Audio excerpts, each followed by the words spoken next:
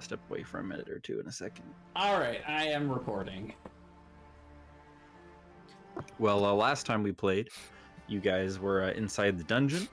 You met Radbear the dwarf. He had wandered down to collect the items of the foolish adventurers who traveled down into the dungeon, and it was kind of awkward when he found that you were still alive. Whoops. He continued on with the party, fighting his way through one of the chambers of the dungeon, and eventually reaching the final chamber where you guys battled the remnant ghost of Eberd, defeating him and reclaiming the Blade of Thirsting Silver for Rogar's own.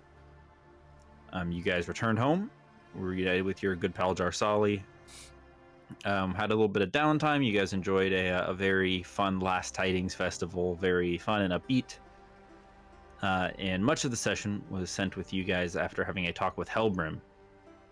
He had talked to you guys about his plans to undergo something known as the Truth Seeker process with the Order of Azure that would give him the ability to uncover disloyalty, lies, and deceit within the Empire. If he's not able to personally go, if that's not something the Empire or the Emperor is cool with, then he will probably be sending Tatiana or Taraj in his place.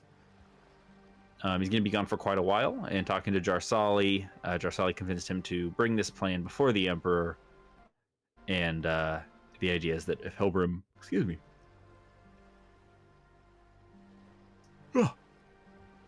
if Helbrim does end up leaving to undergo this transformation process, that he would leave Jarsali to rule in his stead, on the condition that SRA would swear some allegiance to the Empire. They would enter kind of a defensive alliance. So all this has taken place. You guys had done some planning. I think there was still a little more discussion to be had, and you guys were planning on talking to Nadali, perhaps. Yeah, I think where we left off, we were planning on going straight to Nadali. Is that right? Yes. I think so. Sounds good to me. Sure. Were we doing it that night or in the following morning before we were going? I think the morning before. No, we were doing it that night. Oh, okay. Because we wanted to make sure that we got like a plan in place and we weren't just like ambushing her with the information right before the meeting.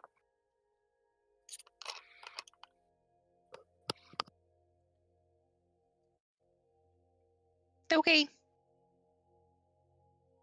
So you guys would make your way over to keep Nadali. The two I would guards actually teleport us there, but yeah. Oh, okay. Corin bamps you guys into keep Nadali's teleportation. Yeah, Thomas, circle. we don't walk anymore. Sorry, Well, no, we're but above that. Save time and, maybe so they don't see us. Oh my god. Well, right, we were in Helbrim's place, and that's a hell of a walk. So teleporting makes sense. No, we walked back to our place and had Oh, dinner you're as right, we we talked did. about it. You're right, we did. After Nicole also plants. Yeah, I did. That's true. You guys were actually at the tower, so you could teleport over there from your tower. Yeah. You guys teleport over. There's kind of like an attendant who stays in the Keep Nadali teleportation circle room, and he says he's like clearly not expecting you guys. He's got like a candle out, and he's reading a book, and he goes, "Oh, hello. Bit late, isn't it? I don't think you have any appointments. The Archmage has gone to bed for the evening. Shall I fetch her? Is this an emergency?" It is. We had sent her a message. She's expecting us. All right. And he closes his book and trots off. A few minutes go by. Boots is going to see if she can pop into the kitchen and make some tea. Make a stealth check. She wasn't trying to be sneaky about it. Okay. Yeah, you start walking towards the kitchen. Some guards see you. They straighten up, and you hear one of them be like, "That's the head guard from Helmers. Keep straighten up. She's gonna write us up." And all the guards are, like salute as you walk by. They're at attention, like white knuckling their spears, just at attention here for this I'm going to see if well-renowned Boots guard notices inspector. that. Sure. Oh, yeah. So once she notices that, she's going to just keep walking and then at random stop in front of one and just stare them down for like a half second. Ma'am. And then keep walking. Just gaslighting these poor guards. You And make then your go way make some tea. make your way to the kitchen. You see there's like 4 or 5 servants there. It looks like they've just served dinner. They're cleaning up for the day, and they say, "Yes, my lady. Is there anything that we can get you?" Oh, I was just gonna make a batch of tea for everybody. We're gonna be up late. We're gonna be chit-chatting. Oh, yes, have- of course. We can make that for you. Oh no, I want to help. Oh, very strange. All right. And you guys make some tea. What kind of tea would you like to make? I'm gonna slip that stuff into it. Jester no. root tea. Yes. Make a sleight of hand check. 13's not terrible. No, could be worse. Yes. Good enough. Cole, you put some jester root into the teapot. Yeah. And yeah, you have tea. Are you just saving it for the meeting, or are you going to be serving it now? Yeah, I was gonna bring it with as I came back. Okay. Boots comes back a little bit later with a pot of tea. Yeah, and eventually the servants would escort you over to kind of the little council hall that Dolly has set up. She makes her way in. You see she's in like a long nightgown. Her hair is kind of a mess. It's kind of like wet in places. Looks like she's probably just had a bath or a shower, and she's kind of like rubbing sleep out of her eyes. She's like, hello, yes.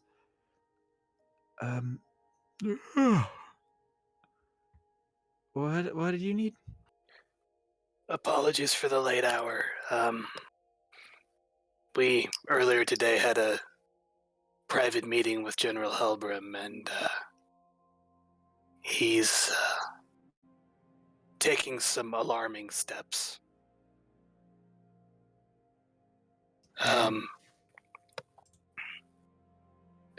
What was it called? He wants to make himself a truth seeker, I think it was. Oh, she's still like trying to like orient herself to being awake. She's like, yes, that was something that was in its infancy stages of testing. When I was at the Order, it's a process that allows for one to see through lies and deceptions, kind of an investigator's process. Right, so Helbram wants to do that to himself. Well, it's very invasive. It would cripple him for quite some time. It would, but I can't imagine he's desperate enough to leave his post for so long. well, Kren will gesture towards Jarsali and say, Jarsali has managed to somehow work herself closer to Helbram than I might have imagined possible. I think it's neither here nor there, even though I haven't had the chance to discuss it with my people. I don't think they will agree to an alliance as fast enough as he would like them to. I think ultimately he will end up picking an alternative to himself. Well, the issue stands that if they go through this process and we're questioned, we're kind of fucked. And that would even go for you, at least somewhat, Nadali. Because you knew of our actions and didn't report us. She kind of furrows her brow and accepts some tea from Boots. Kryn, you, smelling the tea, can pick up the familiar hints from earlier in the night of Jester root. I will say to Nadali, You maybe should have that tea right before bed. It might make you even sleepier. Boots is gonna hate me for this. She's like, "Oh, all right," and sets it down. Is everybody having tea? I'll give Boots an apologetic look as I do that. Boots is so pissed. She is not even looking at you. Does anybody else want to make No. a perception check on this tea? I'll look at Boosh cautiously while I drink the tea. Boots Rogar is make just a con save. Pissed. I would probably just set the tea down when he suggested that she set the tea down. Yeah, that's fair. Yeah, Rogar is just too big and muscly. It doesn't affect him. Is Zen, my they're drinking the passive tea. perception of 12 high enough?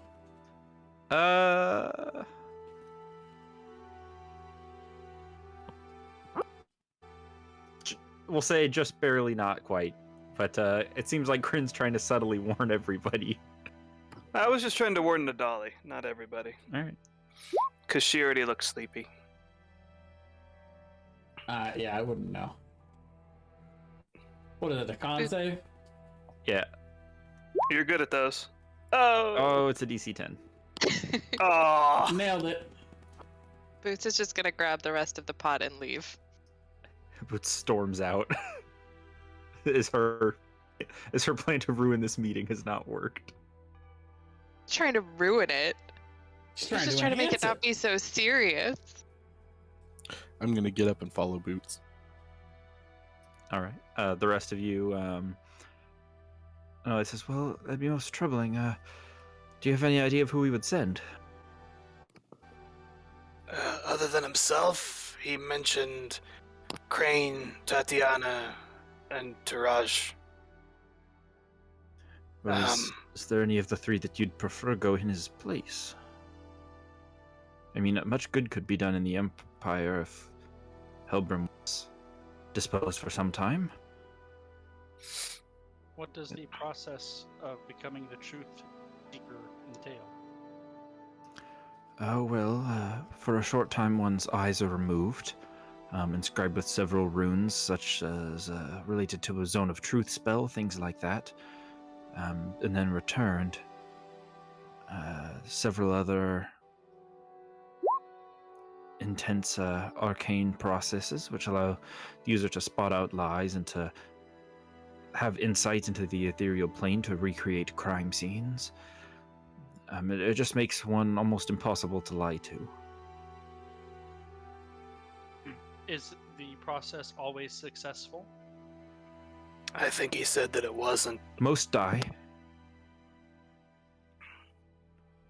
Only individuals of particular strength calibers, constitution can survive such a thing. I'm surprised he would even be willing to take that risk with himself. He's a narcissist. Exactly, he's far too self-important to risk in such a procedure. But he also thinks he's man enough that it wouldn't be an issue. And I think he's insane, for what it's worth.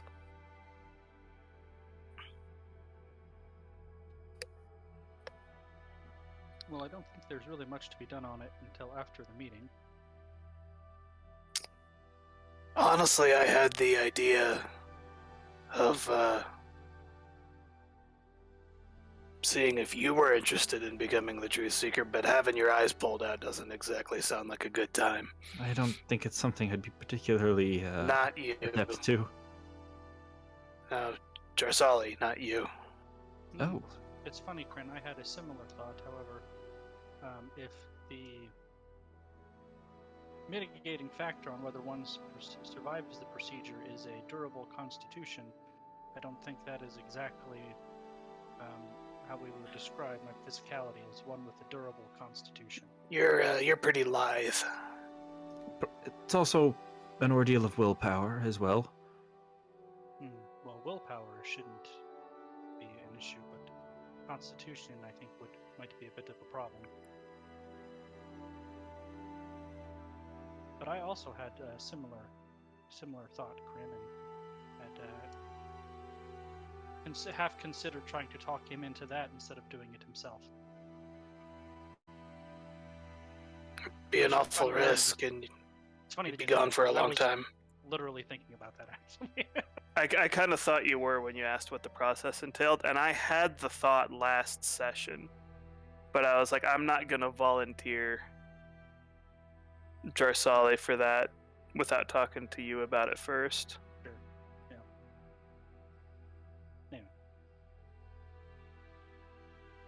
Anyway. Ideally, Tarajish would be the one he would pick, and we would just...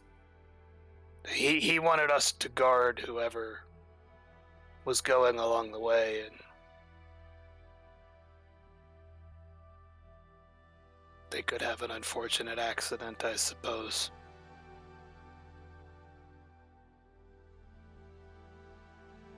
I think it would maybe be more difficult, but also more believable if the accident occurred during the transformation process.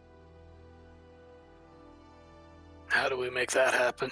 That is an excellent question.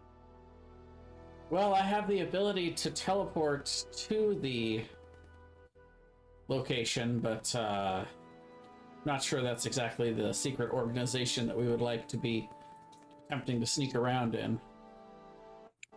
I'm sure they would know it as soon as we arrived and wonder why we were there, and then if he suddenly died. Well, this would be a covert mission if we were to attempt to go Yeah. down that route. I would disguise us all, and then it would be a matter of whether or not we could sneak in and out without being discovered, or at least being discovered for who we actually were. But even so,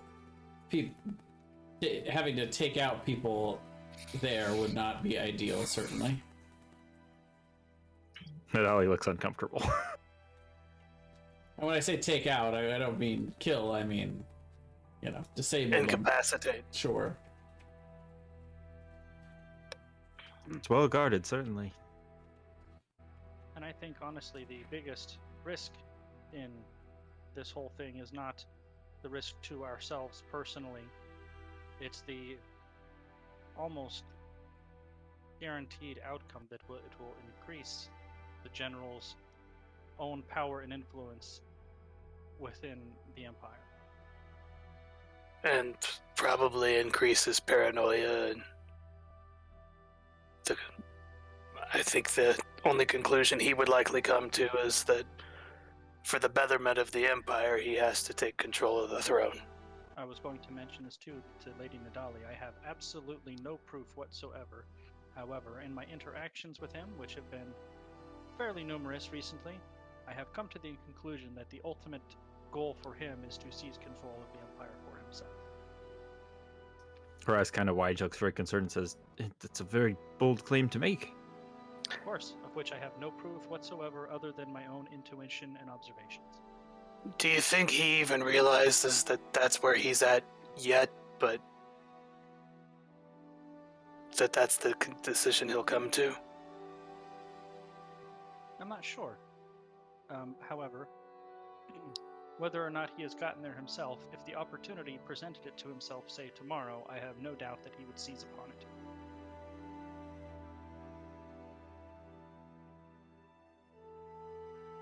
Nadali, what does it take to oust someone from the council? Is it a unanimous vote? Yes, it would require a unanimous vote from the other members, Including the Emperor?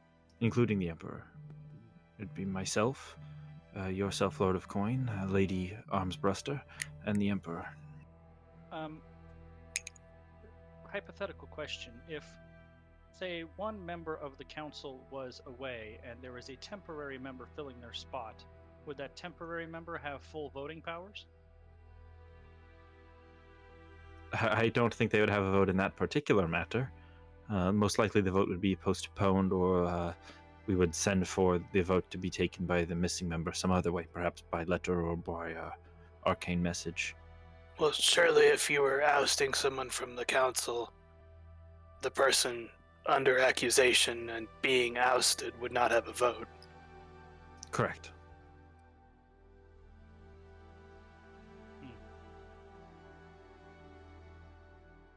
Do you have any insight as to how the Emperor felt about the weapon that they are attempting to create?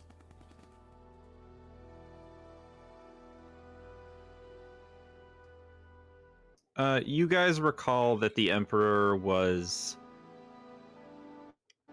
concerned that it was created without his knowledge, but also he trusts Helbrim. It was just kind of like oh wow, it's weird that I didn't know about that, but I trust you if that's what you think you got to do. And they kind of had a conversation about it. Well, that's what Helbrim told us, right? Yeah. The Emperor gave him a very slap on the wrist. Let's not do that again. Next time you let me know thing. But he wasn't super freaked out about it. He was more concerned with the shapeshifters that pretended to be Helbrim than the actual weapon. My hope is that tomorrow, during the council meeting, Helbum's proposal will be shot down.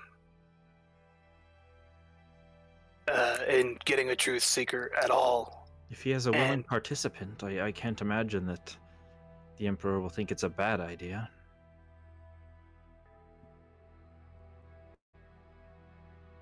Perhaps not, but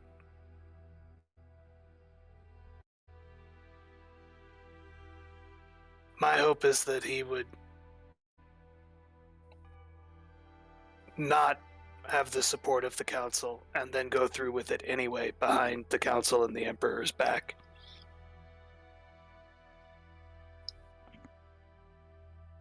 Perhaps. I think that's likely. Oh, if the council doesn't support him, I know he'll do it anyway. He pretty much told us as much.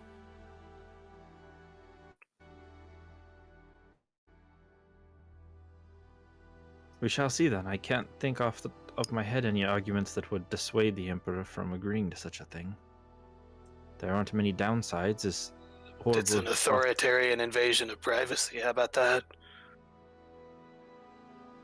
I suspect the argument Helbram will make is that it's necessary, given that we have shape-shifting traitors within our midst. With no other way to uncover them and no results over the past several months, I suspect that the Emperor may be more amicable to the proposition than you think. But we shall see. I suppose we shall. She thanks you guys and lets you know that she'll think about it before the meeting. And if you guys have anything else, she would go to bed. Nothing else for me. Nope. All right. And what are Boots and Rogar up? What are Boots and Rogar up to?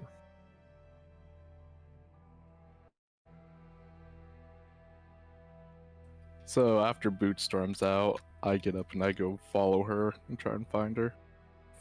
I was muted. Mischief. You got very quiet.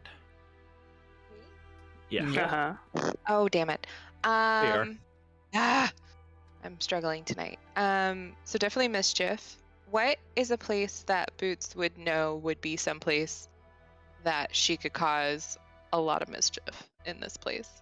Well, there'd be the kitchen. You could go to like the guards have like, not the guards, the like all the staff have like their own rooms. She doesn't wanna and mess with and then the they have like staff. common rooms.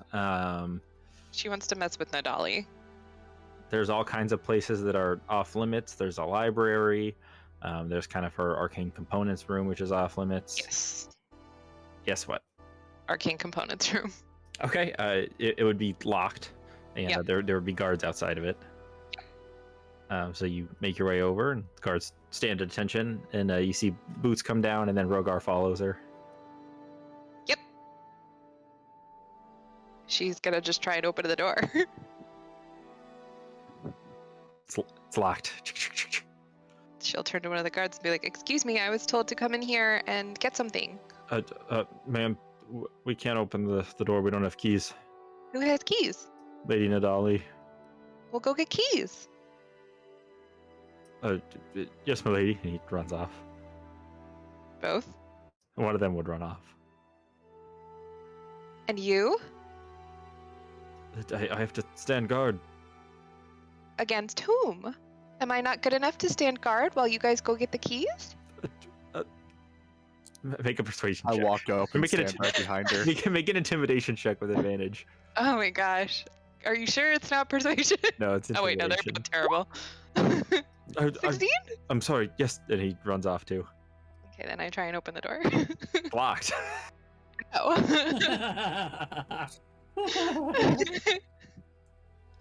I'll try and open the door, except a little forcefully. Do you want to break the door? Like I'll grab the door.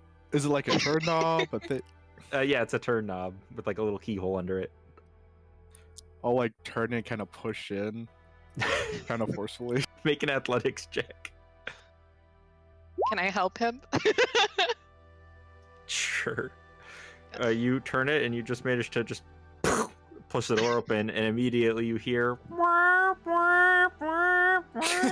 And all of you in the meeting with Nadali, and Nadali kind of turns and runs outside. You see 2 guards running over, and then they go, oh, 7Ls.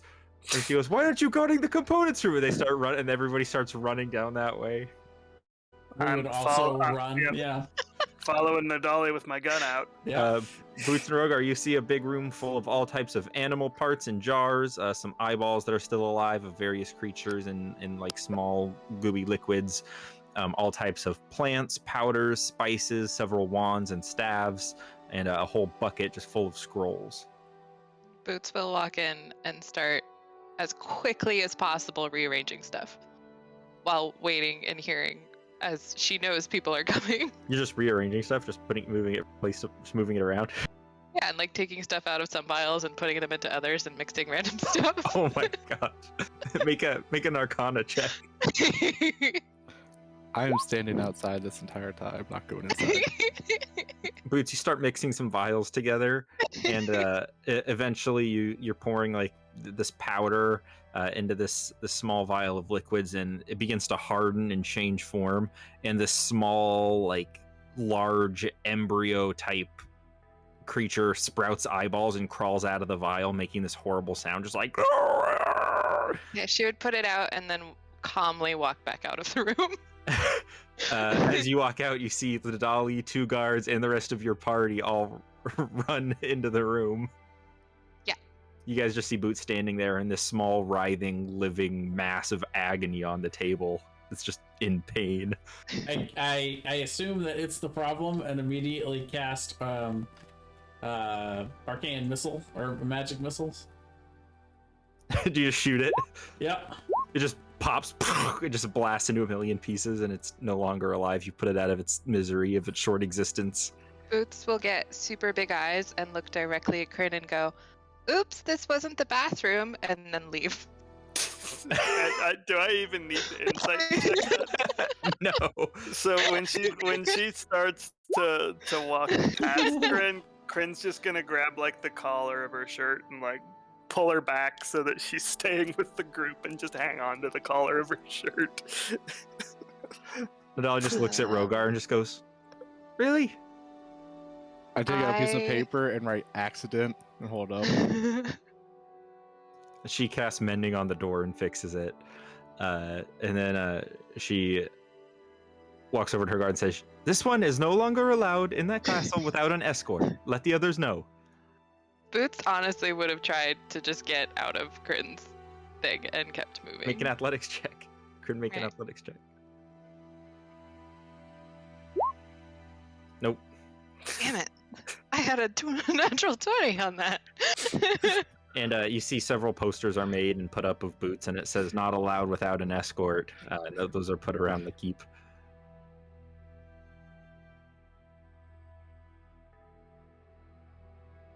I'd imagine Boots is pouting. Oh yeah, she's still trying to get out of Kryn's. Nadali fixes the door, looks around at all the stuff, starts putting things back the way they are, and it just calls out without looking back at you guys, good night! I'll grab a hold of Boots. Does Kryn let go? If you grab her, I'll let go. Alright, when I grab Boots, I'll lift her up and put her on my shoulders and hold on to her. Like So she piggyback just- ride? Like she's actually sitting on my shoulders. Yeah, like- like a piggyback. Well, kind of like a piggyback. Boots, are you trying to get away from Rogar? No, but she is making Kryn smell like a skunk. Kryn's gonna look up at Boots and be like, "What's that for?" She's not making eye contact. Boots is slowly becoming more chaotic as time progresses. Like, this is the most chaotic Boots has ever been. She's just turning into Gallywitz. Then I set everyone on fire. No, I'm kidding. That's what Hey, we're Gallywitz never headed. did that. So, He was gonna. what exactly was the point of this venture? Oops.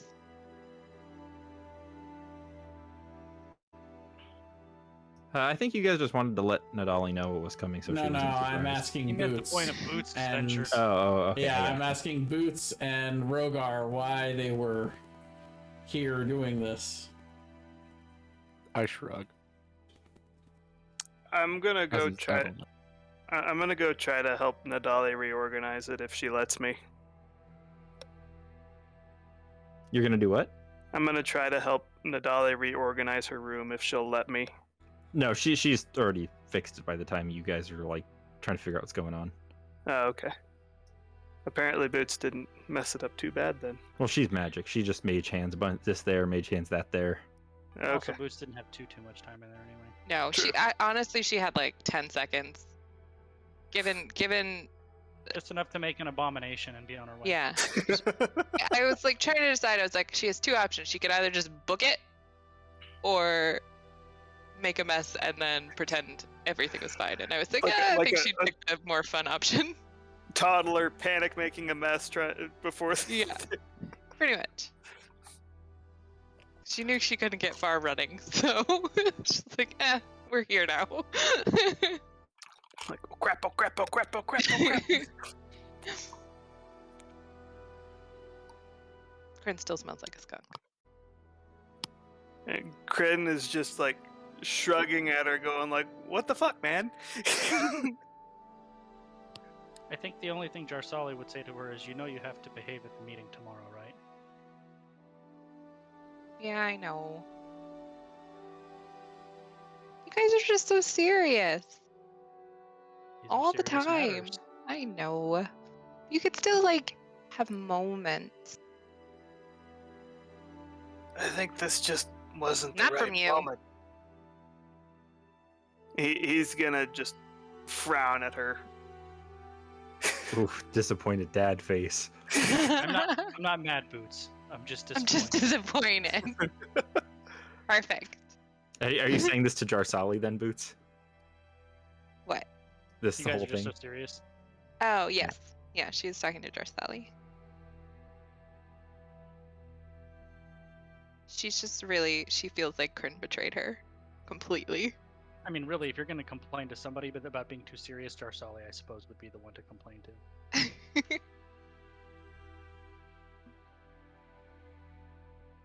Rogar is her new best friend. Does Jarsali have anything to say about that? Or are you guys just going home? No, I just said it's some serious matters. They are, but serious is boring. Well, I can see the value of pranking, and I mean, we can certainly make more time for that if that's something you would like to do, but maybe just not with our main benefactor and fellow council member. Yeah, I guess. She is nice. I do like her. But my initial prank wasn't going to be so bad. And then Kryn was like, don't drink it. By the way, doesn't Dolly drink the tea before she goes to bed? It's a good question. I don't think anymore, right? Like, It's probably cold. Yeah, she probably forgot about it. Yeah. Yeah. Forgot about. Anyway. Well, Onwards. Nadali likes Boots less now. Oh, I tell Boots that Fennon and I will take her out dancing on the next free night we get. okay. Well, as we wind down, and then you guys go to sleep. Crane and Boots, arms crossed, pouting at each other. I'll be right Crin's back. I not gotta pouting. grab my stuff. Okay. Crin's just like, what the fuck, man? He's perplexed. You betrayed her in the worst way possible. Besides murder. Other than felony. You ruined her fun. you couldn't have broken her heart more if you had killed her. It was the very worst Seriously. of misdemeanor betrayals. Wasn't even a misdemeanor. He didn't do anything wrong. He just said, "Don't spike that lady's tea."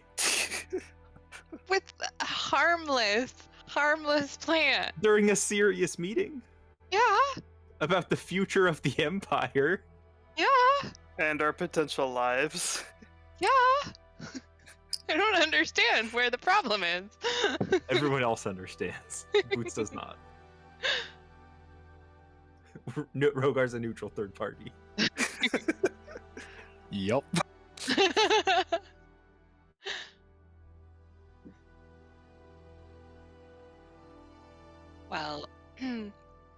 during the night, because Boots will feel bad, she'll write Nadali a note apologizing and explaining that it's because Kryn is a jerk. I broke into your arcane room because Kryn is a jerk. The end. The end. And I didn't mean to make you work more or ruin your workroom, because I like you a lot and you're a very nice lady. But Kryn is a jerk. So I'm to sorry. reiterate, Kryn is a jerk. And I'm sorry. And I hope we can be friends. Love, Boots. And then just like a drawing of them holding hands. Like a stick figure drawing. And then Kryn in the corner. Smelly. Little stinky. Nadali looks at that I'm and like, what have I gotten myself into? Thomas didn't hear any of that.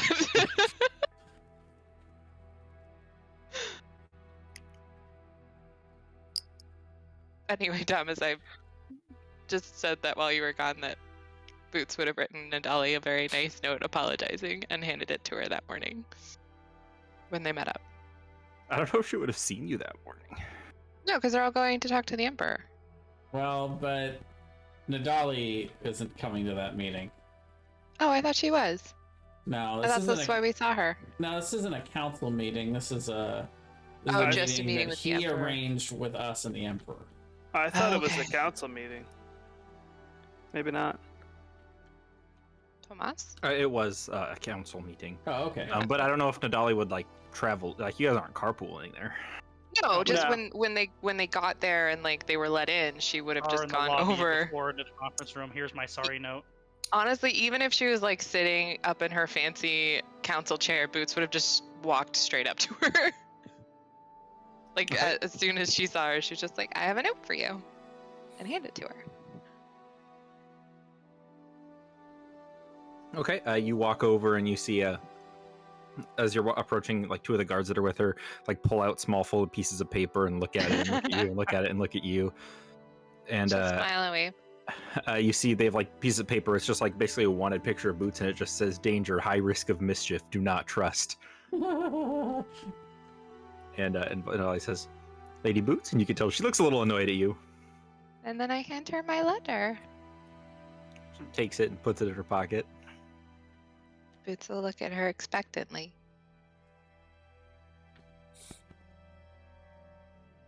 She kind of sighs and then pats you on the head and walks over to her chair. She doesn't look at the letter though. No. Oh. Boots will go back and. Boots, make a persuasion check whenever you do end up reading. Whenever she does end up reading it. Oh, okay. It's like a persuasion check in advance. That's not bad. That's pretty good. I know.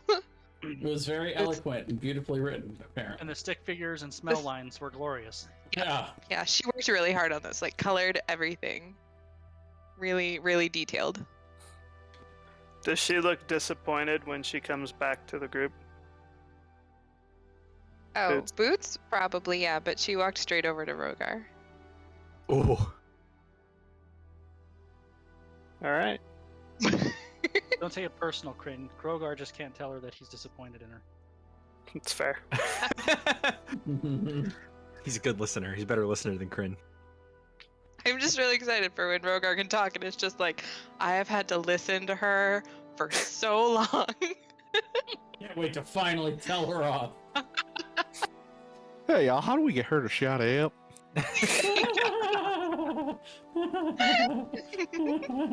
His first word, glorious.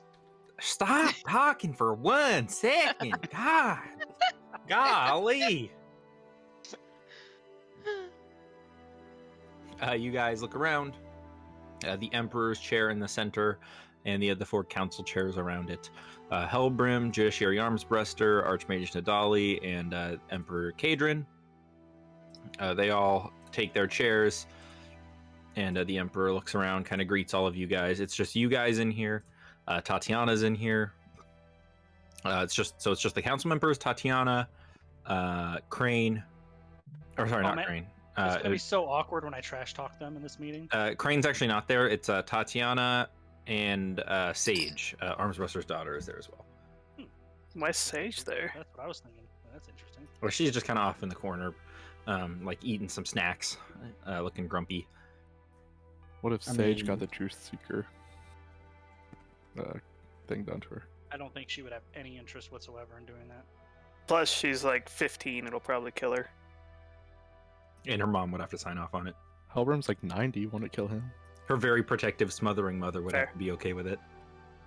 Yeah, and she's not gonna be cool with her daughter's eyes getting ripped out and then replaced. Look, don't be dramatic. It's only temporary eye ripping out. Her mother doesn't know that Sage has a life of crime. How will she know if Sage does this? You just don't tell her, just like, oh yeah, your daughter is having a sleepover. And like a year later, you're like, oh, she's back. Boots can dress up. Boots can dress up as Sage and take her place. There you go. There's your mischief for the year. My God. It'll be Kryn. I don't. Yeah, I'm like, I don't know if I could call Kryn like dad. That Just way, be too weird. and that way Miss Armbruster can spend a whole year with Kryn. She won't know it's Kryn, but she'll have that opportunity.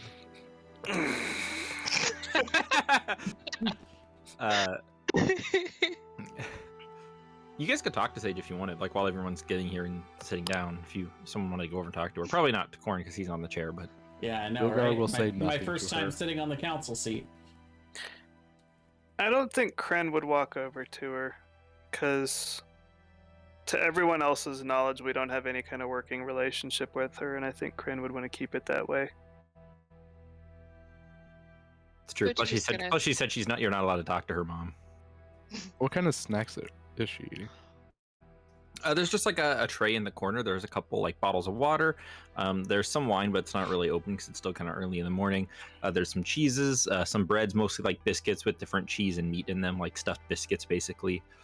And then there's like a few sweets as well, like mints and it's like butterscotch candies, things like that. I'm gonna go grab some water.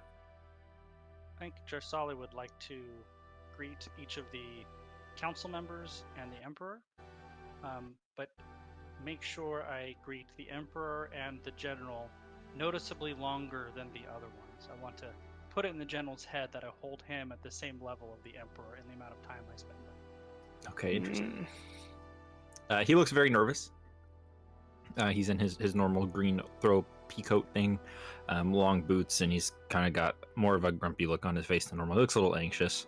The Emperor looks professional as normal. He greets you. He asks how you are. How are things at home? Are you enjoying being in the Empire? Is there anything I can do to make your stay, more comfortable? He asks a question about your clothes, like, oh, is that design from Esseray? Oh, wow, that's, it's really something we don't see a lot here. It's quite beautiful. Just kind of like general political niceness. And then he goes back to his chair. I will give him all of the relevant political niceness answers back. Oh, it is. How grateful of you noticed. My home is doing great. Thanks for asking. The Empire is wonderful. No, my stay couldn't be any more comfortable. Everybody's been so nice. My chieftain is doing great. Yeah, Helbram would just ask you, like, how goes the arrangement? Have you any news for me from your people? Yes, General. I was, of course, going to give a full briefing in the meeting, but the news is mixed. I do think the king is certainly open to discussions, and I think over time it's something that would happen. However, I don't think the arrangements could be made and completed in a timely manner that would be what you were looking for. I think my people with our longer lifespans tend to be more deliberate in our decision making, and I think the time it will take for the king and his council to come to that decision will take longer than you're comfortable with. Oh, yes. Well, we can take a little bit of time if that's what it takes. What a strange garb you're wearing. Is that acceptable in your homeland? Is that considered noble attire? Me? I was Yes, just been wearing a nice dress. Yeah, well, he's just, it's for design. He's like weird. And anything that doesn't strike him as aggressively Empire-centric is like, Did you make oh. that in your mud hut? yeah. No, I apologize. I don't mean to be rude. You, of course, are a civilized lady, and you have your priorities straight in terms of the well-being of your people and the Empire. Anyways, I must be going. And he goes to sit down in his chair. He's a little frazzled. I'll sit down and wait until I'm Does- called upon. Does he look like he slept in like days? Make an insight check.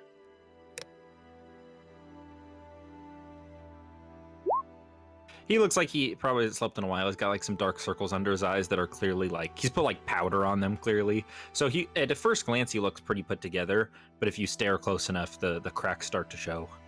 Does he look like he's been on speed or like meth or like? No, he something? doesn't look like he's on speed or meth or anything. So he's not jittery. He's just a bit frazzled.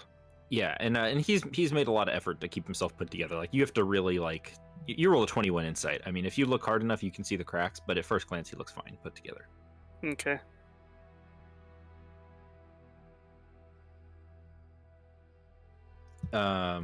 I'll go greet everyone too, and I'll greet him last.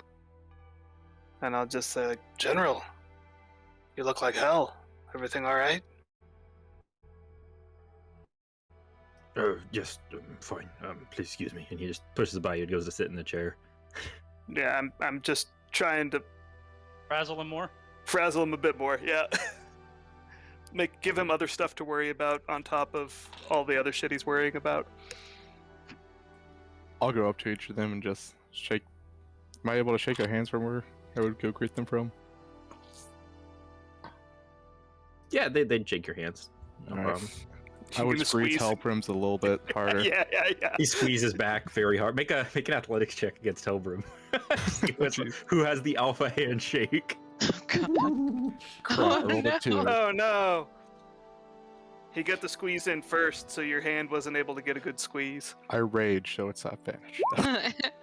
Oh! Oh, Wow, barely. You two squeeze your hands and you just barely feel like he overcame you just a little bit. I'll give him a acknowledging nod. And when you clasp his hand, his kind of like his fine like white working like political noble gloves, in your hand they feel like a hard steel gauntlet. So in other words, he's cheating. Got it. It feels like he's wearing a full suit of armor. To be fair, my dress probably feels that way too.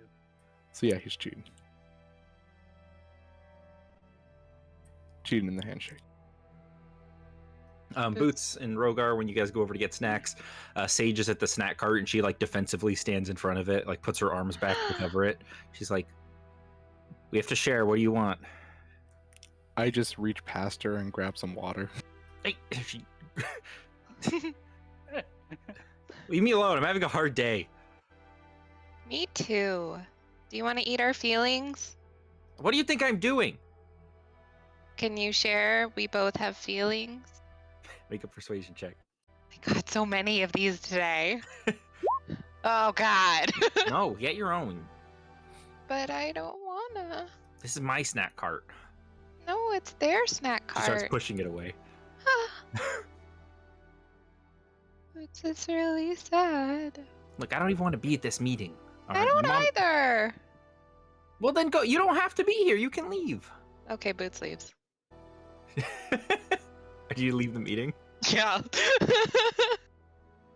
Like, you're right. I don't Oh. have to be here. I don't have to be here. Sage looks after you, just like envious. Yeah. Do I see that Crit noticed Boot sleeves?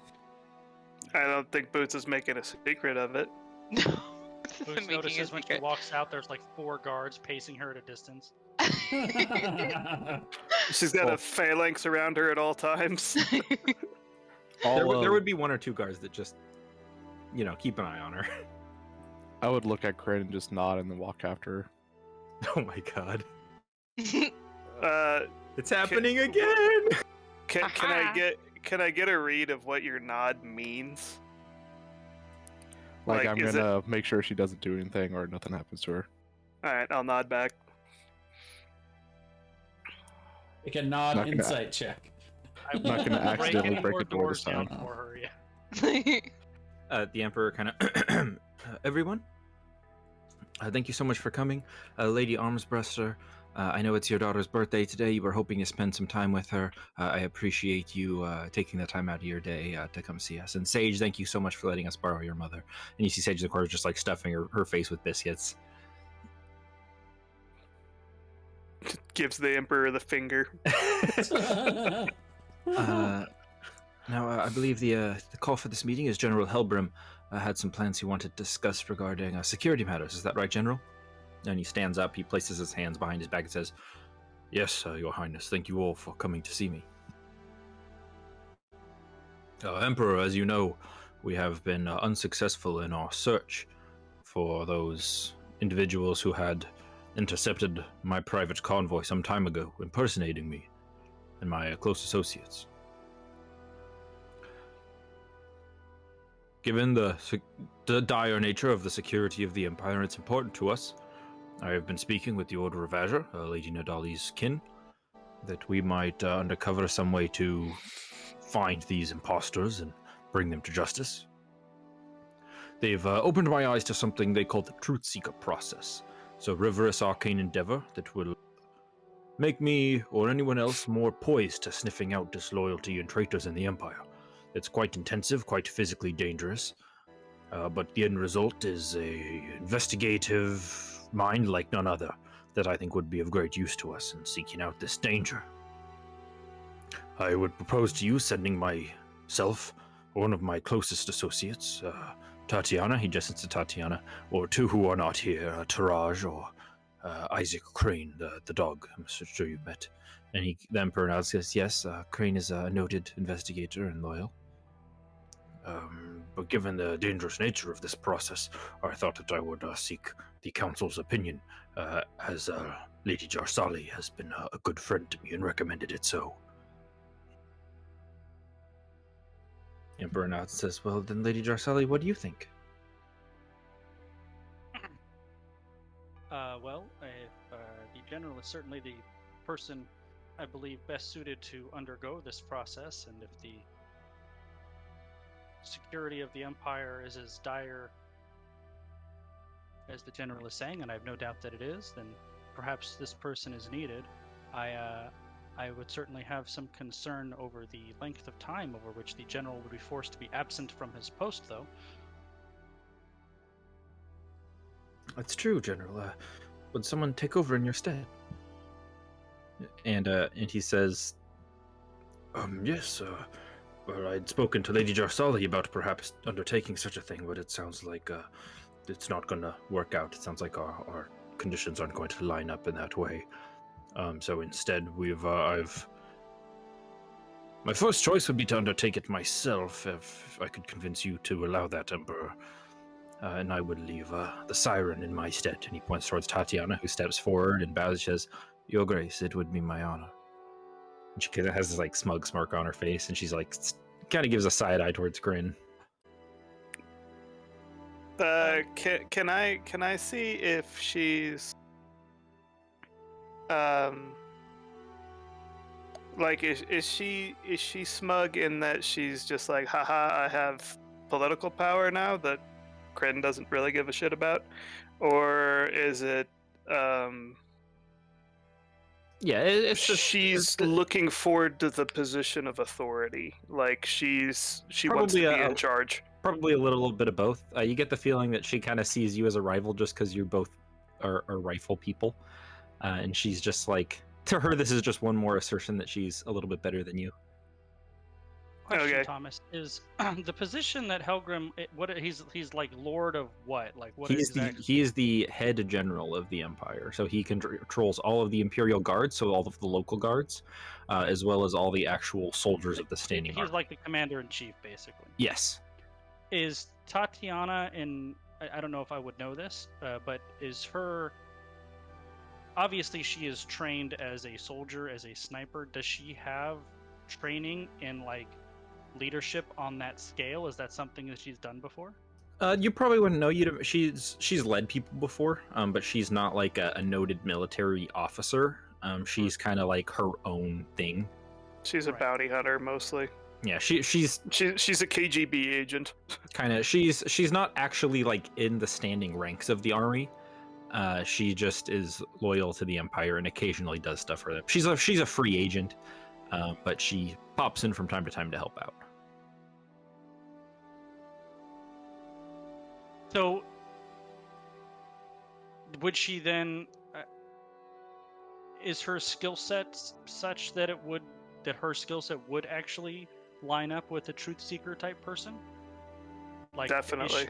So she is geared up toward that, like investigating crime scene, hunting people down, or is she like more of a soldier? Her specialty is tracking down people and killing them, basically. But not so much investigating, more finding people. Yeah, she's a tracker. She's a bounty hunter. Sure. So is Crane, really. But he's probably a bit better at the investigative side than she is. A general, Your Highness, or does it go by Your Highness? Your Liege? Emperor? Albert, any of those are fine. Whatever I would call him. I do have an alternative suggestion. I was, after discussing with General Helgrim, there were a number of issues. I think that this process and brings up. I think we can all agree that the biggest factor would, of course, be the length of time in which the general will be away from us. There is nobody better equipped for his duties than him. I think we can all agree on that, and I'm kind of hoping I get like nods around the table, like, "Oh yeah, that's." Make a persuasion check. I would be nodding with you. Yeah, I'll give you advantage. Nice. Yeah, you get some nods and some, yeah, makes sense. Even the general's like, yes, I am good at my job. And while I'm not terribly familiar with, does Tatiana have a title or just go by Tatiana?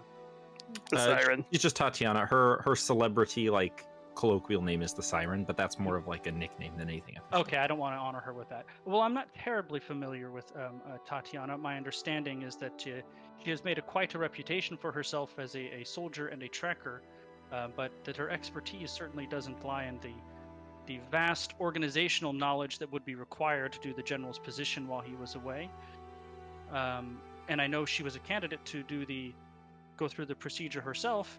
I don't believe her initial training, though, focuses on investigation, which is what you would be looking for in this person. Am I correct, General? Correct. I suppose. Makes sense.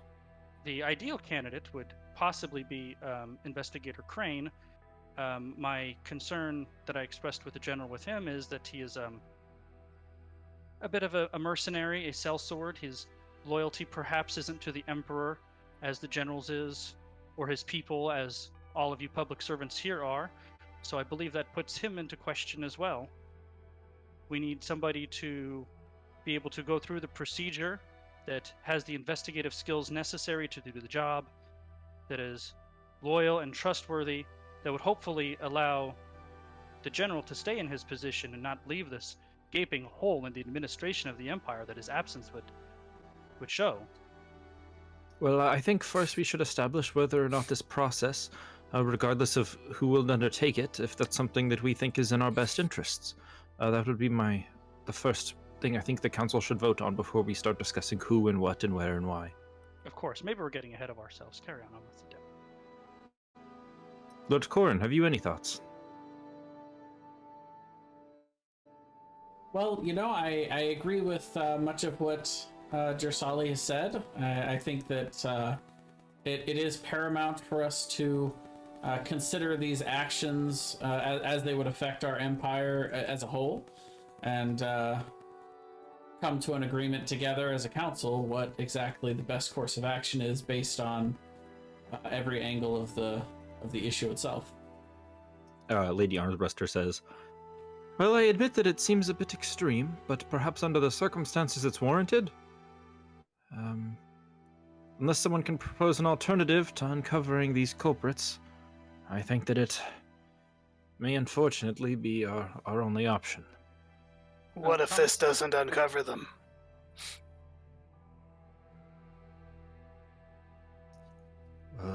suppose we won't know until we try. If that doesn't work, then we'll have to look towards more extreme measures, although I don't know what else that would be.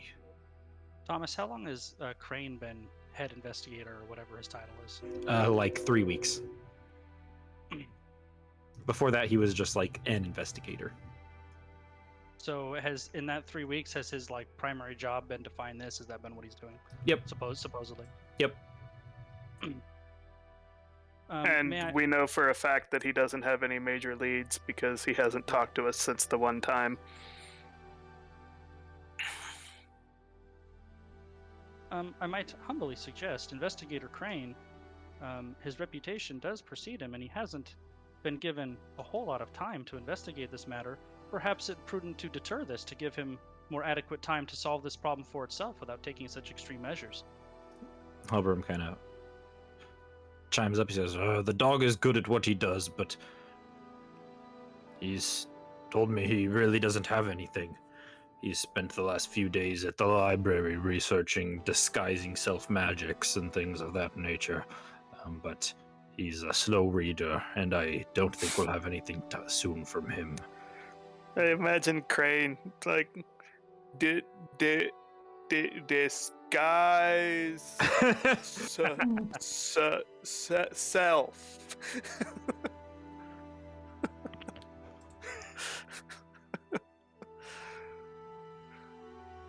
Well, should we vote then? The first vote being on whether or not this process is something we would like someone to undertake on behalf of the Empire.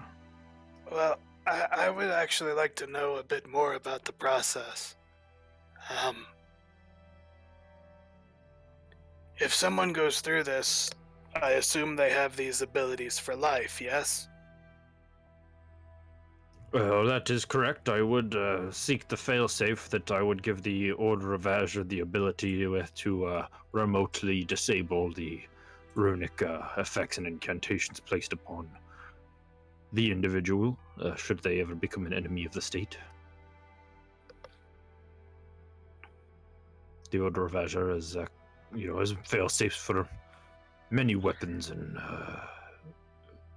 And what would this person's role be after discovering the assumed conspirators that attacked that caravan? Or I think that they would return to their normal duties, whatever those may be, with perhaps an additional pay bonus should they assist in any particular difficult cases we are having. We could call upon them for a sum of gold to take on an extra job until that problem's solved. So when problems like this arise, we can call them out of whatever they're currently doing, assign them to the task, and then they can return to their normal life once it's finished. And Thomas, have I gotten a read on how the Empire feels about personal freedoms? Make an insight check. Okay.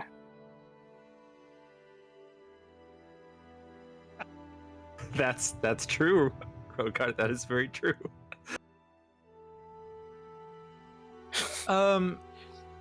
He's fairly neutral. He wants people to be free and happy, but he's willing to remove freedoms if his council thinks it's in the interest of safety for the people and for the council members. Okay. I would also like to say that the very nature of a person who has these abilities is a potential danger to someone's personal freedoms.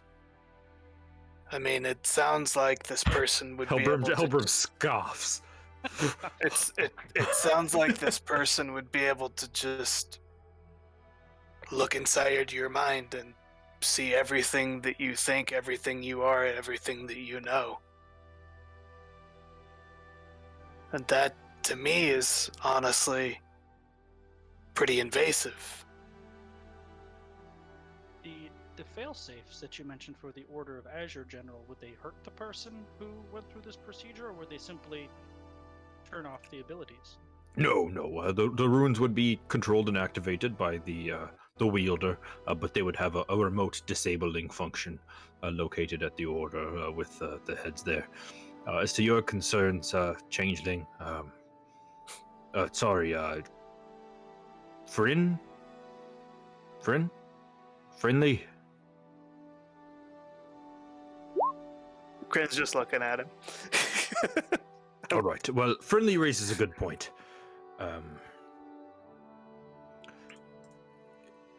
It would be, of course, a sacrifice of some freedoms, but necessary. I mean, we don't allow people to walk the halls of the palace as they please, and I think it's a similar state that one person should have access. One trusted, well-vetted, noble, loyal individual be given such powers for case of emergencies only. Perhaps then we only have them activated. We could vote on it with the council and only have them activated during most trying moments. Is he talking shit? He seems like that's really not what he wants to do, but he's willing to. He's like, all right, I'll agree to what I have to agree to, and then we can work on getting it the way that I want it later. Yeah. Alternatively, Your Highness, General, in deference to Crin's concerns, I have some amount of competence in the arcane arts. I know most arcane spells and runes can be worked on in the form of a duration. Perhaps whoever goes through this procedure, the runes could be made to not be permanent, but simply expire after a few months or however long it would be required to finish the specific investigation, and then we would not need to worry about this anymore afterwards. Lady Armsbuster pipes up. I think that's an excellent idea, my lady. And Hellworm goes, No, Helgrim hates that. I suppose that would not be unwise. He hates that. The Emperor kind of takes that into consideration. Make a persuasion check, Jarsali.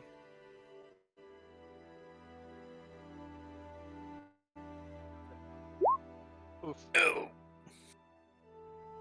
I don't know much about the arcane, if I'm being honest. I'll only vote if there's a tie.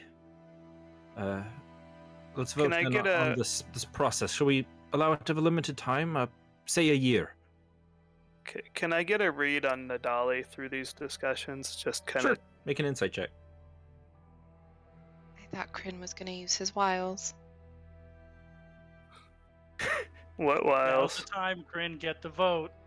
Yeah, his Yeah. wiles on Armsbuster. Right before the vote, you have to go over to him and be like, so dinner, right before the vote. No. I thought he was just gonna walk up, put his elbow on the desk, like, "Come on, so you want to vote my I way?" thought Rogar was going to spill water on his shirt. I'm not even in there right now. So. And Nadali seems like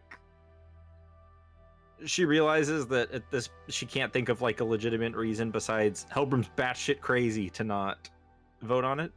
Yeah. So she's happily to vote on whatever restrictions she possibly can. She wants to give the least amount possible, but realizes that they're probably going to have to give something here. The Emperor says, what about a year limit on the runes? There should be enough time to finish the investigation, sniff out any leads it may have forthcoming, and solve it that way.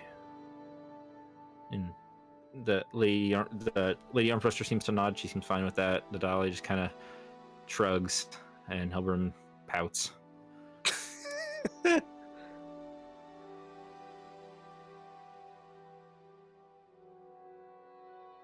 Well then, should we vote before we discuss candidacy and terms or anything like that? Should we vote? Is this something we want to go forward with for given the 1 year expiration of these runes and making sure that there is a disabling mechanism within the control of an independent party? I will vote last, given that I know the least about these matters. Lady Nadali? And Nadali just kind of sighs for a little bit and is like, I don't think it's a good idea. I think the process is too brutal and it would be inhumane to allow someone to subject themselves to such a thing, given what I know about it. So my vote would be no. And Armsbuster says, for the security of our people, I think that given that it's only for a limited time, we have to be able to keep each other safe. And she looks at her daughter, who's like, gives her this look like, what? And she raises her hand and says, I'll vote yes. And Helbram raises his hand. Let it be done. So that's going to be Armsbuster's a yes, Helbram is a yes, Nadali's a no, and they look towards Decorin.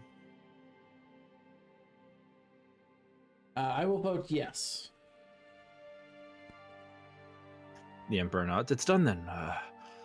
We shall subject one person to this process, and upon its completion, they will be allowed the use of these runes for 1 year under close supervision to bring out these threats and bring them into the light out of the shadows.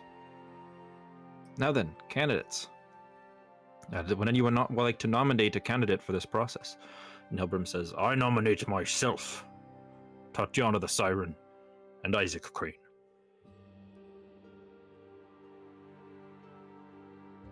Boots nominates herself.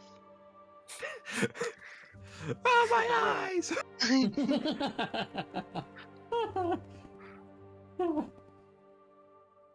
So he's not considering Tarajish anymore.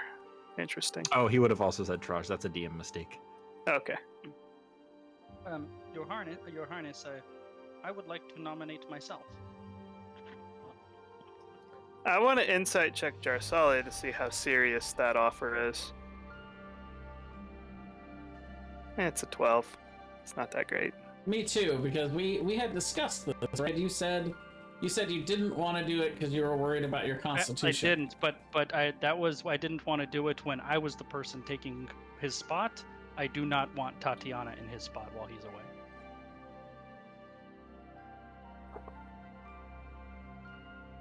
So I feel like you are genuinely trying to go after this if the general's not going to do it. Correct. Well, wait, no. If the general is going to do it, then Tatiana would take his place. So if the general, you would rather do it rather than the general. Correct. And right. Yeah, I would rather the general do it and me be in his spot, or me do it but not have Tatiana in his spot. Like, given the options.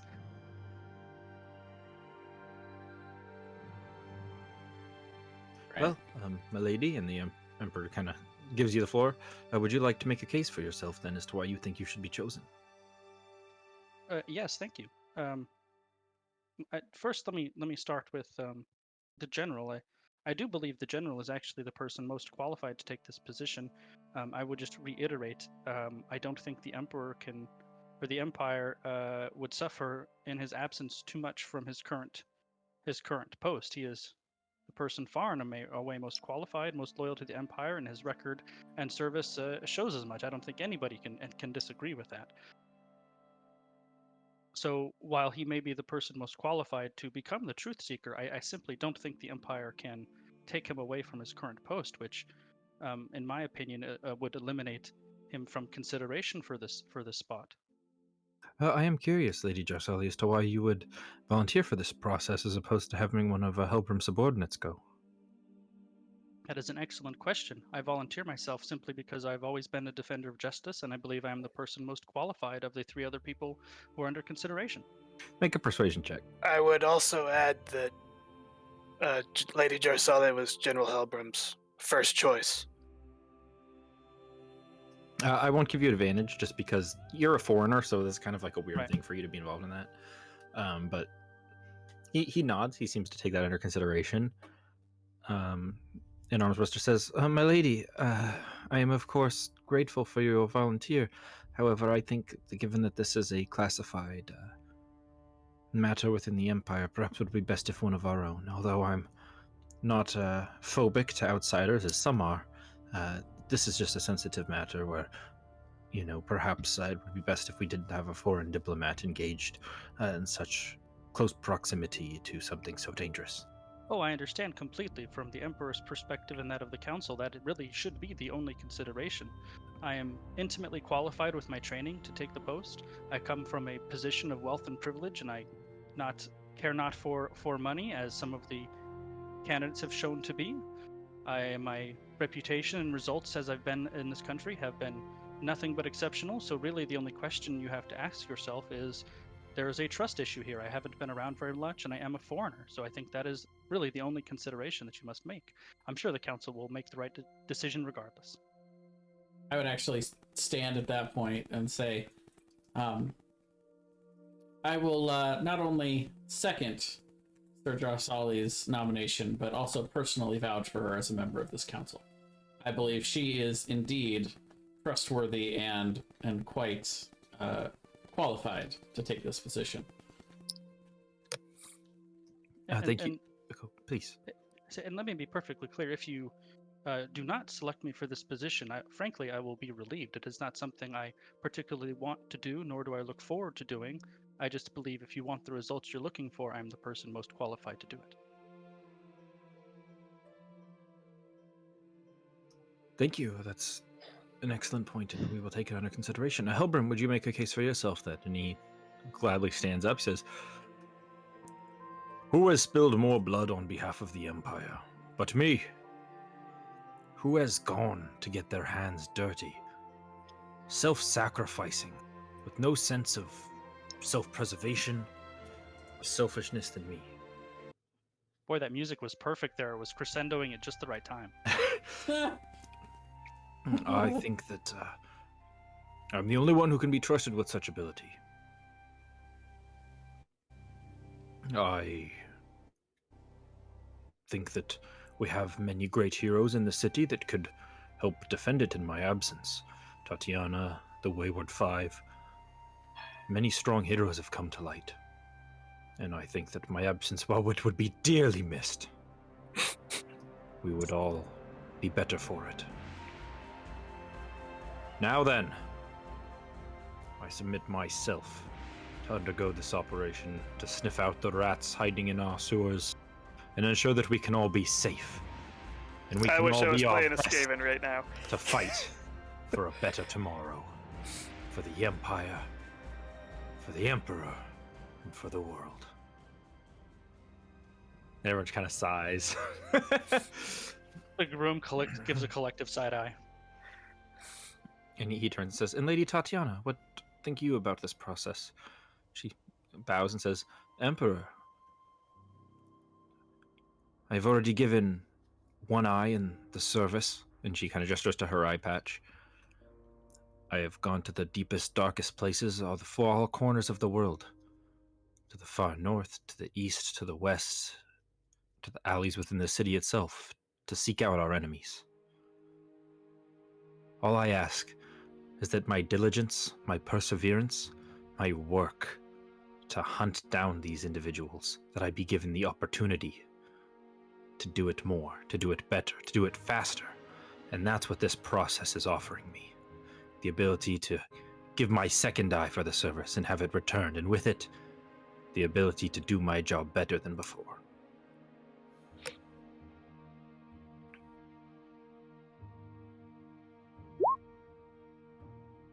But Yeah, she rolled worse than I did, sucker. And people kind of nod at this. That was actually for Helbrim. Ah. And people kind of nod at this and seem to take it under consideration. uh-oh. And he says, "Well, should we vote then? I think the three candidates we have at our disposal would be Lady Jarsali, General Helbrim, and the Siren." And the Archmage stands up and says, "I've worked closely with Lady Jarsali. My vote is for her. I think that she has a good heart, and it would be a good show of faith between our two countries to offer her such a thing." Lady Armsbruster says, "My vote is for the Siren. Although I have no love for you, Helbrim, I think that it would be against the rules and regulations that we have set forth in this empire for you to step away for so long. And for such a dangerous reason, I think that it would be a risk to our order, and order must be maintained. So my vote will be for the Siren." And Helbrim says, "Well, since no one's voting for me, my vote's with Tatiana." And, He's not gonna vote for himself like a true narcissist. He would rather he someone seems who like he control- knows that he's lost, and he'd rather get some of what he wants than none of it. Right. That's pretty smart. Takorn? Okay, so if Tatiana was to go, then It's going to be Tatiana no matter what you do, because the Emperor's going to vote for Tatiana.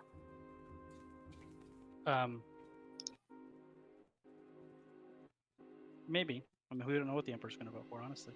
Yeah. The Emperor has frankly been the one we have the least read on this whole time.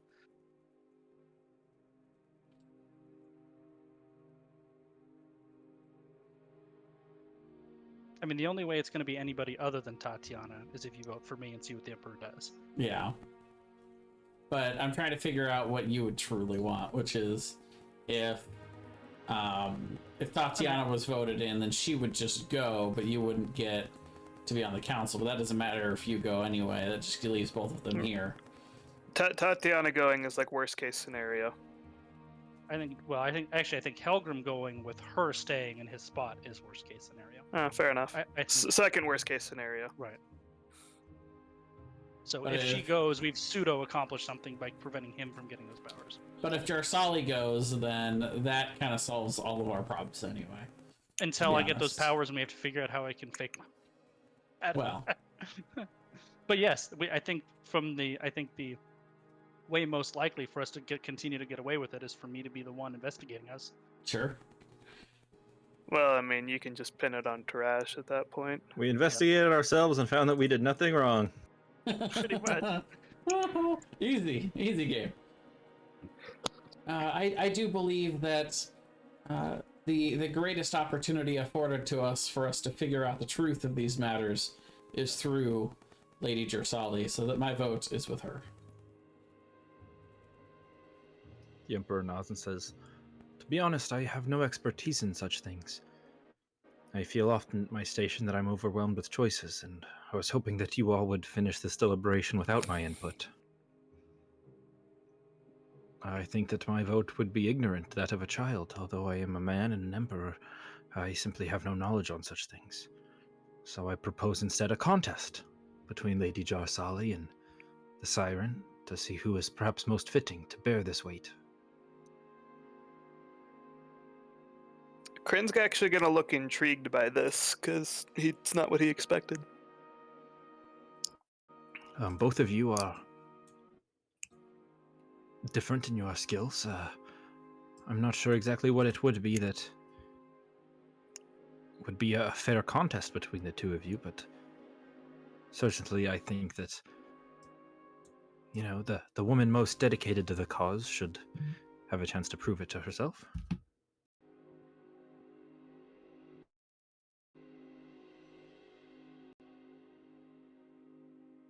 And Tatiana kind of smirks and says, "I'll duel her." And everyone kind of chuckles. My lady, she is but a foreign diplomat. Although she is a knight, I don't think that is something that I don't think that combat is something that she is as suited to as you, and it would not be a fair contest. I suppose that depends on how close we're starting. Kind of peeks his eye. Would a duel be something you'd be interested in? Well, to be honest, Your Highness, I believe Tatiana would certainly be able to defeat me given any kind of range advantage, and should I get in close with her, I have no doubt in my abilities because that's where my training is, amongst other things. However, I don't believe a duel is relevant to the task at hand. I think the contest should be one dedicated to the skills that would be required to complete this investigation. Whether or not I would slay her in close combat or not is not relevant to who will be best suited to complete the investigation.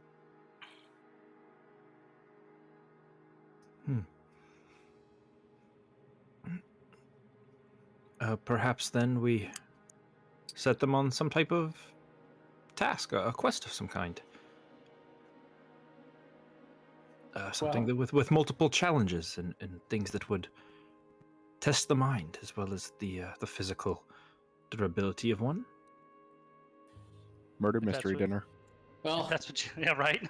well, Emperor, if I may make a suggestion, there are 4 of us council members and yourself as a 5th deciding vote. Any contest like this should reasonably be of odd number, so there is no option of a tie, perhaps each of the 5 of us could make some sort of trial for these 2 to go to. So some sort of contest that each of us would come up with that we feel would best indicate which would be the better of the 2 for this task. I had a secondary proposal. We've had another demonic incursion in 2 separate wings of the Almighty Bank. I think that we send Lady Jarsali with her companions, the Wayward 5, and Lady Tatiana with her companions, and we send them each into one of these dangerous, violent, trap-filled messes and see which can complete theirs faster. And clearing it out and securing it.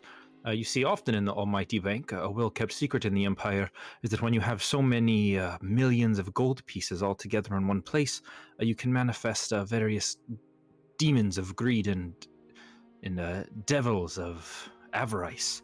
And they regularly have to be cleared out, usually around once a year. There's a few incursions, and we have several at the moment. I think that's an excellent suggestion, Emperor. Not only will you get the most qualified candidate for this position, whether it is myself or Tatiana, but you will also get the bank cleared out. It's a win-win for all involved. Tatiana just kind of looks, and she's like, I get to pick my own crew? And the Emperor's like, yes, your usual companions will be allowed to participate with you. The only reason is I fear it would be too dangerous that we may have loss of life should I send either of you alone. Is that something you'd both agree to if you feel it's an unfair contest, now would be the time to speak out against it?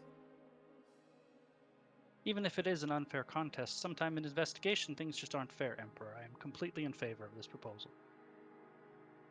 Very well then. In the morning then, we shall send you each into one of these 2 demon devil-filled vaults. I will inform the bank not to disable their traps or magical precautions, and the first of you to clear out your wing will be given this honor. Excellent. I'm confident you'll get the best candidate here, Emperor. In the morning then. Excellent. Helbram just looks like stunned. Like, this is not what I thought was going to happen. Is Helbram miming the DM? Oh, I was ready for this. Okay. This went exactly according to your plans then, huh? I had contingencies.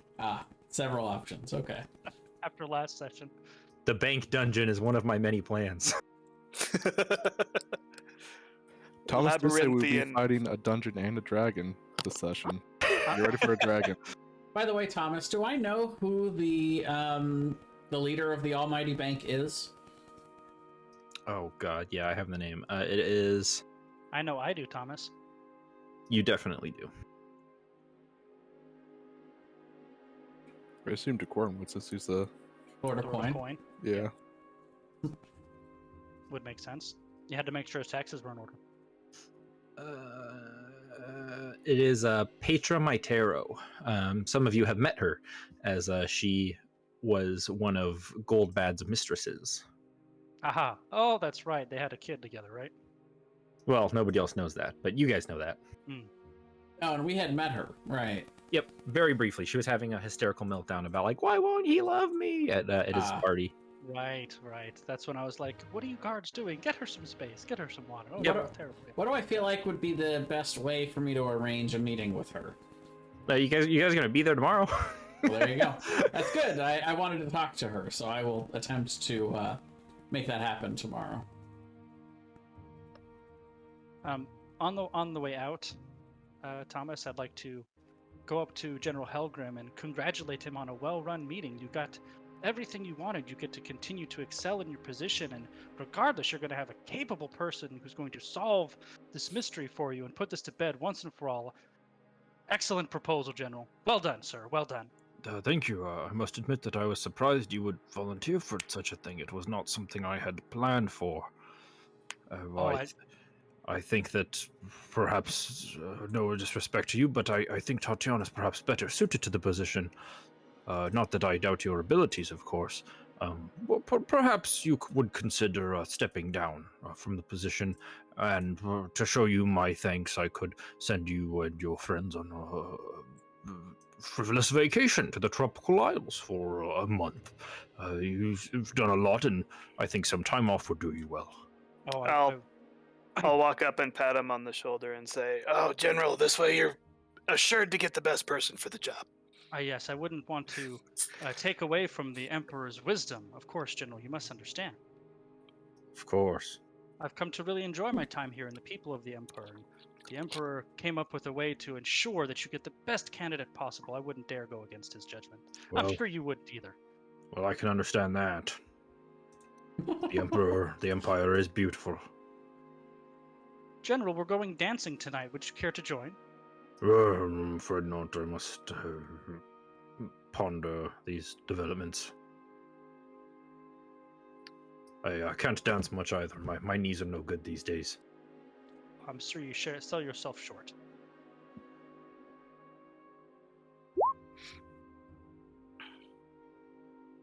I'm gonna walk up to Tatiana and just say, "Don't joke," and then leave.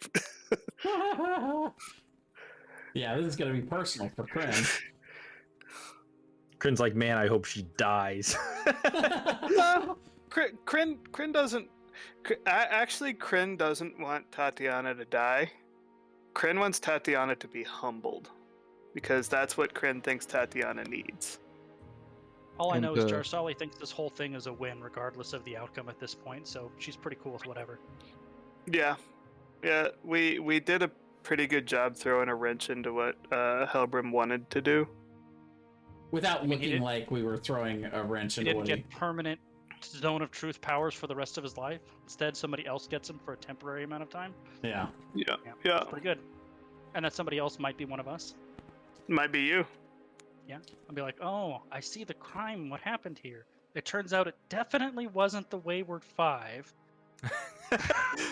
Turns out they've never done any crime.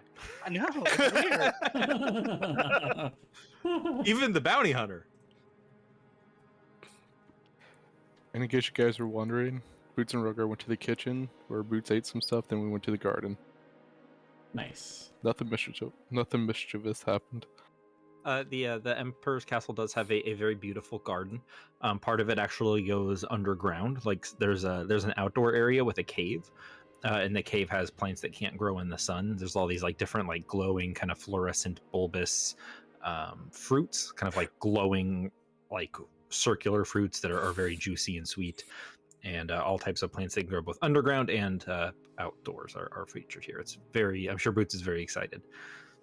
Although they don't have anything that can be used to spike drinks, unfortunately. But you could take some of the strange glowing fluorescent fruits if you wanted. They don't have any magic mushroom? Boots would probably grab one of those, but she was mostly just chilling out, zenning. She was just mad people were being more serious.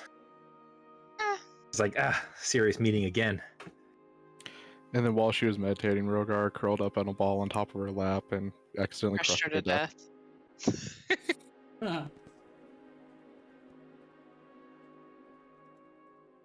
Well, Boots is dead, and I have a great replacement character. Martha May? No, even better. Thomas is so excited. Continue. oh no, not that one. I didn't have a replacement character until today when I found Mountain Bongo.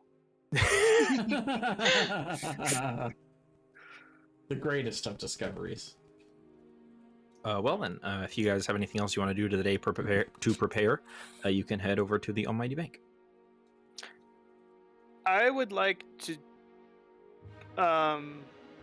after I leave, I actually want to just shape change into some commoner in like a private alley or something like that. And I want to keep tabs on Tatiana. I want to make sure she doesn't go there early or do something shisty. She wouldn't Like go there early. You guys would all be meeting at the same time. It Well, just kind of, I wanted to make sure she wouldn't do something that would give her an advantage. yeah, following her around a little bit. She just seems to go to the guard hall, finds a couple people that she thinks would are going to be suited to her, to helping her out, and then turns in early at the at Helbrim Keep. Okay, then I'll We have the evening. We don't need to roleplay it, but I promised Boots I'd take her dancing, so that's what I'm doing. Oh, of course. Yeah. And I would try to You- guilt Kryn into doing it because one, I know it would make him uncomfortable and it'd be hilarious. Well, there's actually a very lovely intimate dance being held at Keep Armsbruster. It is her daughter's birthday. oh, So excellent! if you guys wanted to go there, you certainly could. Excellent. I think we definitely should. If you guilt Kryn into going, he will go. You have to escort Boots. You have to make it up to her, and she can't go alone. Well, last Kryn knew Boots wasn't even talking to him, so You promised to dance with her. I'm sure she'll get over it. Kryn will promise to dance with Boots. Boots Kryn asks you if you want to go to the dance with him in Jarsali and that he will dance with you. Do you want to go with him? I guess. Yeah. She would really like to do that. You can use one of the many dresses we bought, Boots. Boots puts on one of her very pretty dresses. Boots is trying so hard not to be excited. Yeah.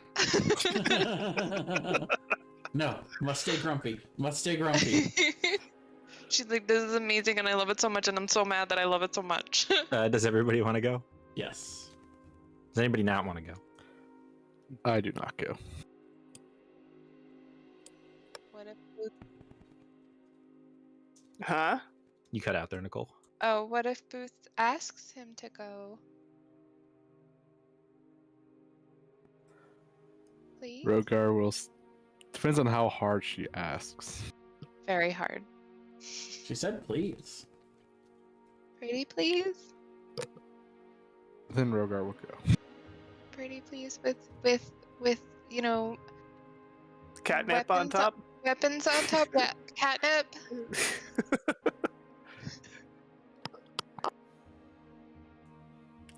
As long as you don't say the catnip thing, I'll go.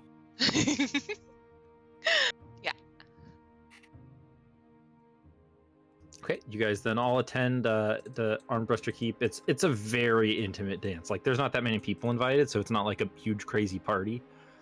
It's very much just like a few of their close friends. Sage is there. Everybody keeps walking up and giving her gifts, and she's just like, "Thanks, thank you. You're too kind. Appreciate it. Thank you.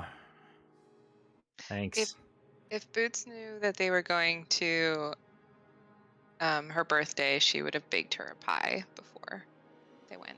Okay, so yeah, you get in line to give her a pie, and you make your way up, and she says, "Oh, hey, it's you.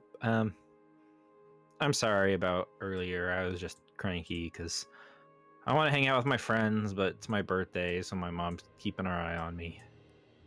Yeah, I'm sorry that I didn't do anything wrong, but here's a pie. And she's sorry that she didn't. I really should have done something wrong, but my friends said I had to be nice that day and responsible. But I baked you a pie because I thought you were eating your feelings, and I know that pie is good for feelings. Thanks. Is Kryn here? He is. Look, I'm kind of busy. Can you make sure he doesn't hit on my mom? I I'm will right- try. I'm right behind Boots. Very- She would say that with you there anyways. and I'm gonna say, Sage, I'm not gonna hit on your mom. I'm not I will romantically try interested and in your keep mom. him. It'll be hard, Boots is just but I talking will over do you. it. Thanks, I appreciate that. And she glares at Kryn. I'll walk up to give her a gift and just say, like, look, Sage, I'm not gonna hit on your mom. I'm not interested in your mom. I will cover Boots' mouth. Make a persuasion check with disadvantage, Kryn.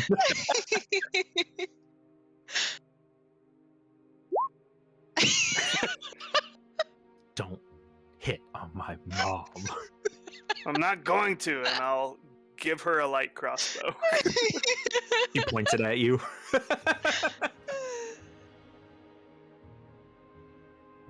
Every time I try to tell Sage I'm not gonna hit on her mom, Boots is fucking with it, and it makes me roll a 1.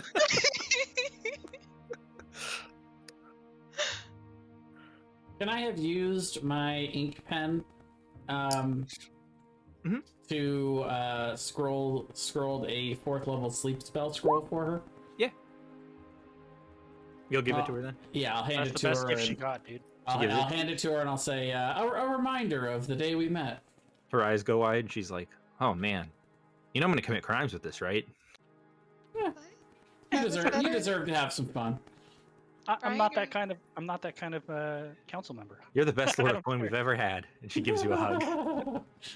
Are you saying that was better than Boots' pie?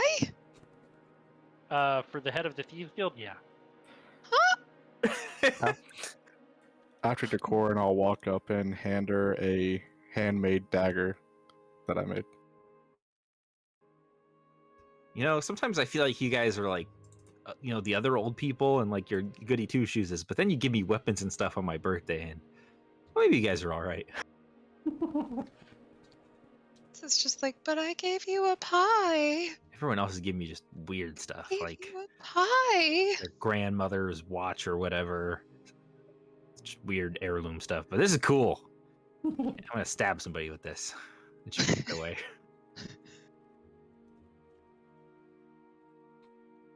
Ben and I are going to show off when we're dancing. Make a performance check. Actually, I think Fennon has advantage on performance checks when he's dancing. He does. He So does. you can make one for Fennon if you'd like. I don't love know that if I he has actually have- advantage.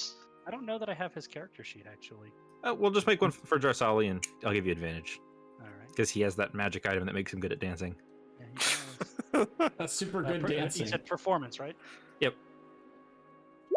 He has MC Hammer pants. You guys do a great dance, and everybody there is very wowed, and they clap for you, and everyone's like, "Oh, what a lovely couple, man!" And you see some of the wives are like, "Oh, why can't you dance like that?" And it's a whole thing. Everybody's, you know, Fennon's got everybody's eyes with his amazing dancing. As intended. So then, how well do Boots and Kryn dance? Lady Armsbruster would approach Kryn and ask him to dance. Right before you two go up. I'm sorry, Lady Armsbruster. I have promised to dance with Boots tonight. Hey, we can Oh. go next. Oh, of course, maybe another time. No, no. We can go next. You guys go ahead. Oh, are you? No, it's Yeah. all right. No, it's fine. I'll are go you- dance with, and then she'll point at Rogar. So you two end up. I guess you two end up dancing at the same time. Rogar and Boots, Kryn, and Rogar all make performance checks. We'll see who's if the better Rogar dancer. wants to, I'm not gonna force him. If Boots wants Rogar to dance, he will. To try and put her up. Boots or Rogar can make a performance check. I'll let both of you do it. Both of you make a performance check. Okay. I think there is zero chance of Rogar stepping on her feet though, because he's probably holding her like I was gonna 3 say, feet, 4 feet off the ground. Boots, you're not dancing very well, but you don't notice. You're having too much fun. And Lady Armsbruster is a very good dancer. Knows very noble. Kryn, you don't keep up really, but you also don't step on her toes. It's not terrible. You do fine. And eventually the dance ends, and she's blushing, and she gives a bow and says, "Oh, thank you very much. Thank you so much for coming. It's always a pleasure to have you around. Thank you." And then she leaves. Kryn is immediately looking for Sage, expecting a crossbow to be aimed at him. Make a perception check. If I rolled less than a 5 on my performance, I would have raged, by the way. Rogar's just like mosh pit, like rage dude. Like Boots is just getting like thrown around, and she's just like having a good time. What's that style of dancing? Is it crumping? I don't know. Kryn, you look over and you see Sage has taken the opportunity of you dancing with her mom to sneak out a window. That's kind of what I was thinking would happen actually. Yeah, that makes sense. I'm gonna have Fennon ask the Lady Armsbruster to dance as well. Oh, they tear it up. Everybody's super wowed by their amazing dancing together. Excellent job. All right, me and Boots need to dance, and then I will dance Then he with wants to pick Jarsali the as color. well. Oh, what a gentleman and a scholar. Yeah. Absolutely. Everybody dances together and has a very wonderful night. There's the Boots dance. There's the Jarsali dance. Kryn is just Crushing fucking it it. up. Boots, you want to make a performance check? Yeah. Oh my gosh! Which Now is that great because she Speed wouldn't even notice. Boots, like Oh, the one song you know comes on, and it's like the easiest song to dance to. It's like one of those songs that has all like the instructions in the song. Oh It's like God. everybody to the left, Sir now to the right. Mix-a-Lot. Yeah, it's cha-cha slide and Reverse. the Empire slide, and Boots has to teach Kryn all the steps, and Kryn's like, I don't get it. So we don't have this doesn't run mean from. I did horrible. Yeah, you did but- fine, but Boots is just going off. Like she Yeah. knows all the steps. Rogar is standing on the side thinking that she's dancing better just because it's with someone more her height. That's a little sad. And then Kryn and Aw. Jarsali have an awkward but fair dance. I was holding back to make sure that we're dancing at the same level. Make sure he doesn't embarrass himself. That's right. And I know you're holding back, but I'm fine with it. Boots Yeah. during their dance will tell Kryn that she accepts his apology. Kryn hasn't yet apologized. She accepts it. And Kryn will say, I don't even know what I should be apologizing for. And that is something else that I will accept that you have apologized for.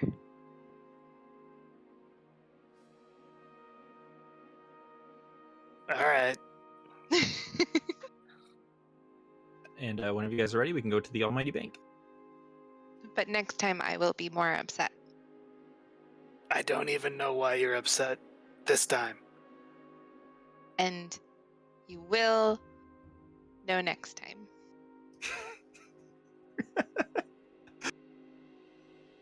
Well, like after you're mad, that's not very helpful. Well, just don't do it then. Do what? You know? No, I don't. That's part of the problem.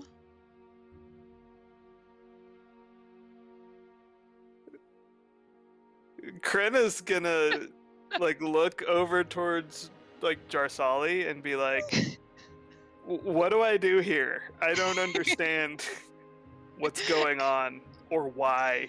Explain women, please. Right?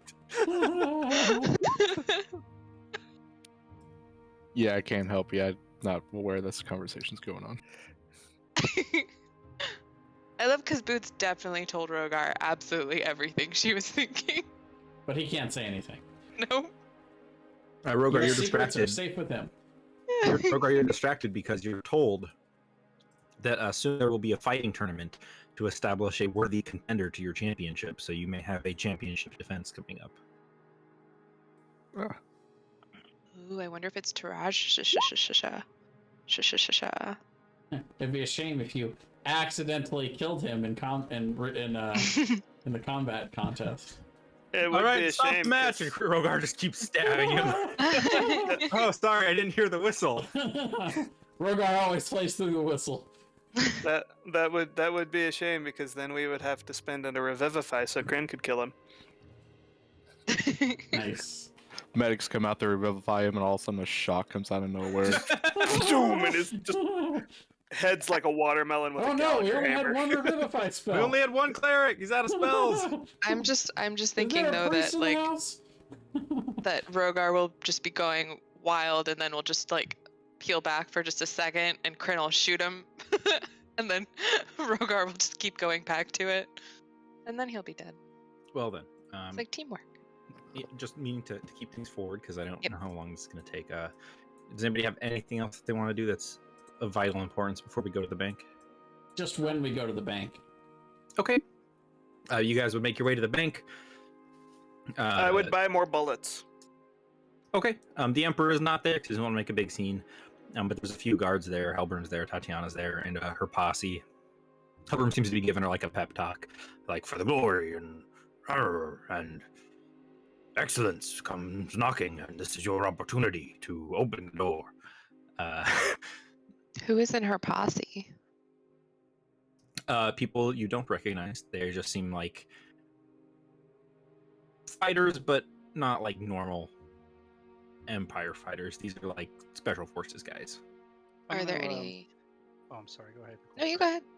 I was gonna say I'm gonna go over and when he's doing that and pumping her up, I'm gonna go over there and greet them both and just make small talk like it's just like some random Wednesday morning and we're talking about the weather and this is totally Okay. not a big deal and I completely don't give a shit. Oh, good luck. I'm sure you'll do wonderful. Excellent weather, General. Yes. Oh, yes. Pep talk. Excellent.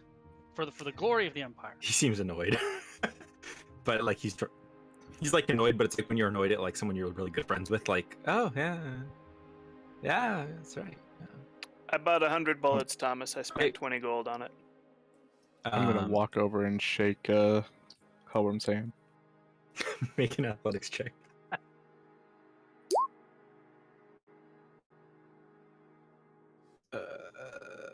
G for general. There it is.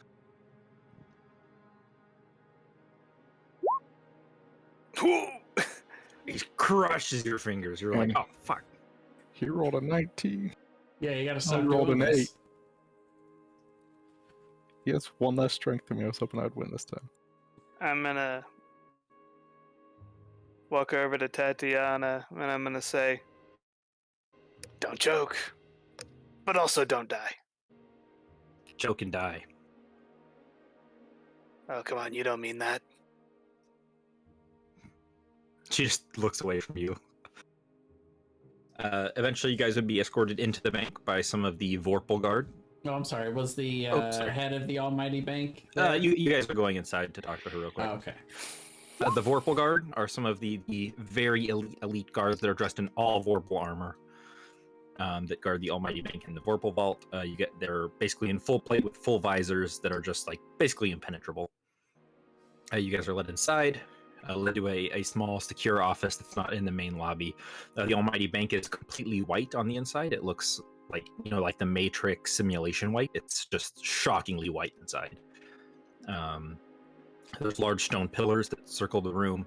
The doors are completely black, and you guys are led inside a smaller corner office. You both your teams, as it were, and you see Patron Mayo, Mayarto. You guys called her Mayo last time, and now it's going to my head. And she's got her hair back in a tight bun. She's got like some thick reading glasses on, a very noble dress. She says, "Yes, the Emperor told me you'd be coming. He told me you were going to deal with our demonic incursions within 2 of the vault wings. But he said not to disable the defenses. I didn't ask why, but that's very strange. There's very dangerous things in there. And he also told me not to tell you what they were. It's very strange. In any place where you have thousands of magic items and millions of gold pieces together, you can occasionally manifest demonic presences. We have our Vorpal Guard Demon Slayers who we were planning on sending in, but apparently you guys are doing that now. So this is very strange for me. I don't know what's going on. Any questions? I don't have answers."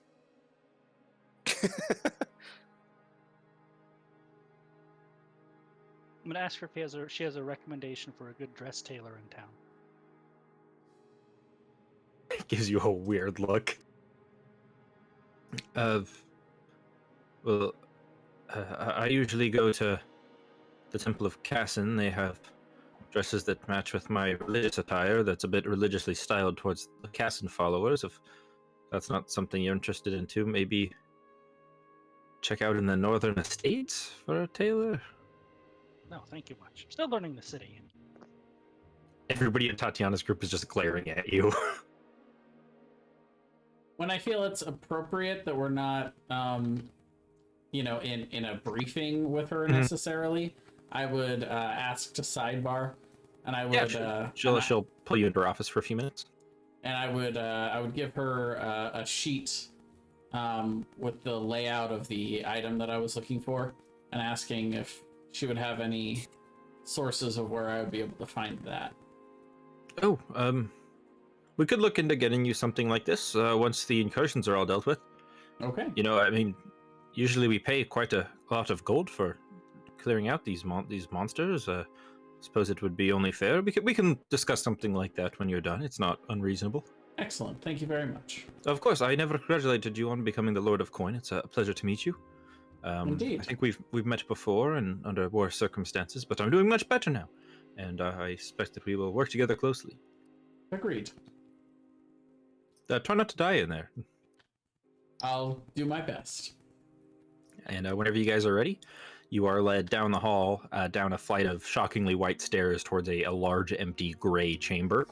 The chamber has 15 sides to it. Each is like a corner with a large 10-foot by 10-foot circular vault door in front of it, covered in purple runes. You guys are each designated one of the doors to stand in front of. They're told that the doors will open, and you guys will be led into the infested chambers, respectively. So we're only going into 2 of the doors, right? They're going into one of the doors. You're going into one of the other doors. Right. Yep. Good luck, Tatiana. I'll wave and smile very friendly. She pretends not to hear you. Tatiana, I said good luck. Good luck. Don't die. Do well. I'm sure you'll do well. I'm gonna keep waving and yelling good luck at her. You guys. Boots will join in that. You guys are just both. Hi. I just keep looking at both of them like, what is going on here? Eventually, the purple runes on the door light up. They slide away, and behind that is another circular door with green runes on it. Those all light up and slide to the other direction. And then behind that is a blue, massive set of doors, which also disappears. And you guys see a simple stone chamber in front of you. As you step in, the door behind you closes, and several magical lights blink into existence. Okay, well, as soon as we're out of view of the other group and just by ourselves, I will have my glamored armor look to be what it normally does when we're in dungeons as opposed to a dress, and I'll actually get out my weapon and I'll pull my hair back and ready to go. Oh, Boots wouldn't have brought Scarf. Scarf would have stayed back at the mansion. Well, you guys just see a simple wooden door in front of you.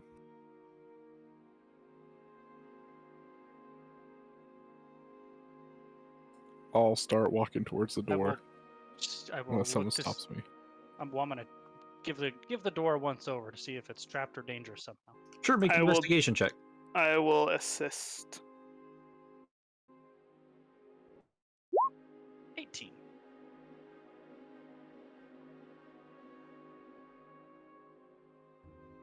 The door does not appear trapped. Excellent. I will step back and put my arm out for Rogar. I will open the door. Full initiative for the door. This is a pretty small battle mat, Thomas. I'm intrigued. And after I open the door, I'll look back at Dursali as if to tell me if I should go forward or let her go first. Tokarin, perhaps a detect magic would be in order? Sure. Since time is of the essence, maybe just the old-fashioned way. Yeah. To Corin, are you gonna ritually cast it or just cast it? No, I have it prepared. I'll cast it. The whole place is pretty magicked up. There's all types of enchantments, mostly enchantments. There's also some like detect magic preventions that you can sense, so people can't like scry in here. You can't teleport into here, things of that nature. Can you teleport out of here? You cannot teleport out of here. No teleporting can happen in here. Okay. Makes sense. But I don't see any traps or anything imminently dangerous. You don't necessarily like. There's so much magic here; it's a little overwhelming. You're not sure what's a trap and what's an enchantment. You just would get the sense from detect magic, like there's a lot of magic in here.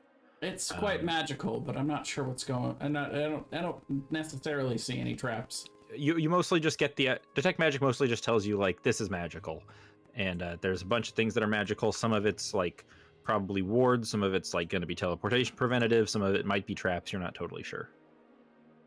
Okay. All right.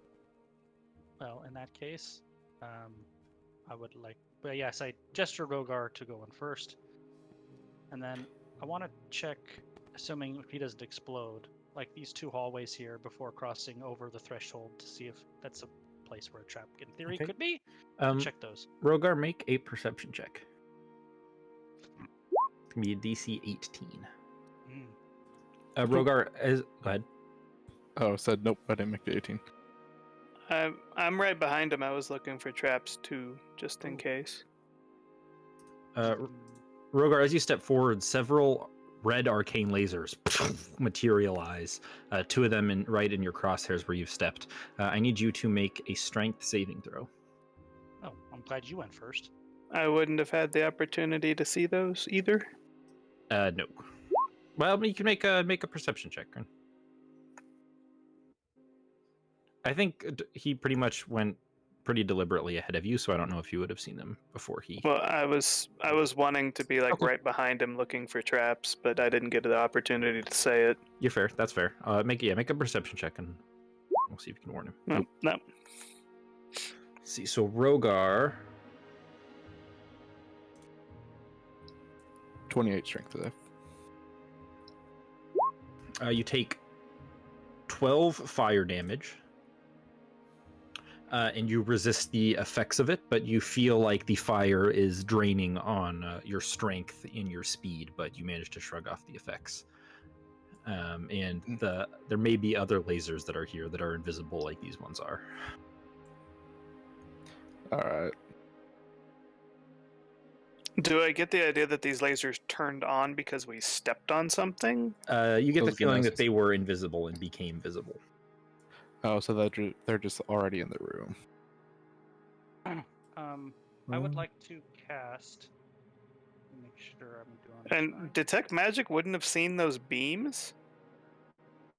I mean, wards are kind of like area based, right? So if there's like an arcane, like what am I thinking of? Like a ward that's in like the whole area would just glow. Detect magic is like it's like a highlighter, so you just see glowing where magic is, and it's not like pinpoint specific locations. It's like, yes, this area is magical. Me and Well, Brian had a if- long talk about this. If he uses his action, though, it makes it pinpoint If specific. he focuses on one specific area where he is sensing magic Yep. from, he So he'd have to be like, I'm gonna focus on that center of the room and see if there's anything in there. So ostensibly, he could just say, "Okay, I'm going to do that for the whole room." That would How take a long would- very long time.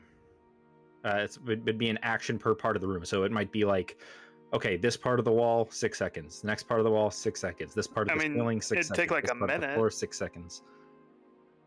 It's a pretty small area. Like, it's a pinpoint area specifically. Like, you can't just say that wall. It would be that part of that wall, and then it would be the next part of that wall. Well, and it also has to be the source of the magic has to be visible for you to do that as well. It's true. Was the other thing we? Okay. Me and Brian had a very long secret voice talk about detect magic Yep. a while ago, and we really ironed out the specifics of how it works. Okay. I'm going to cast Mislead, and then my illusory double is going to walk all over this room. Oh, Can your double take damage? You can use your. You can see through its eyes, hear its ears, and use your turn as bonus action. You switch again. While you're using its senses, you are blinded and deafened regarding your own surroundings. The double lasts for the duration. Doesn't look like it. Doesn't look like it. I'm gonna tell Boots to hold on to my leg. Don't want to go. The lasers can be moved Okay. through, ducked under, and things like that. It requires a light acrobatics check to maneuver through them. I want my double to walk down this hallway. I'm gonna be looking through my double's eyes and ears.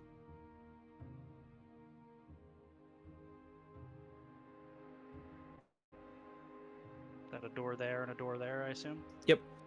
A wood door and a steel door? Correct. I'm gonna have it walk straight up to this door to see if anything activates.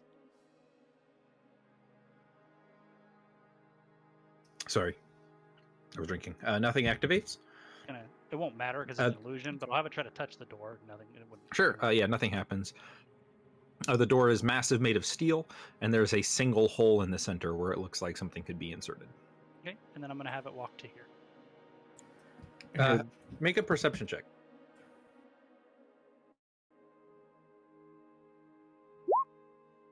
You can just barely sense that one of the tiles on this door is a little out of place, like it's pressed forward about 2 inches.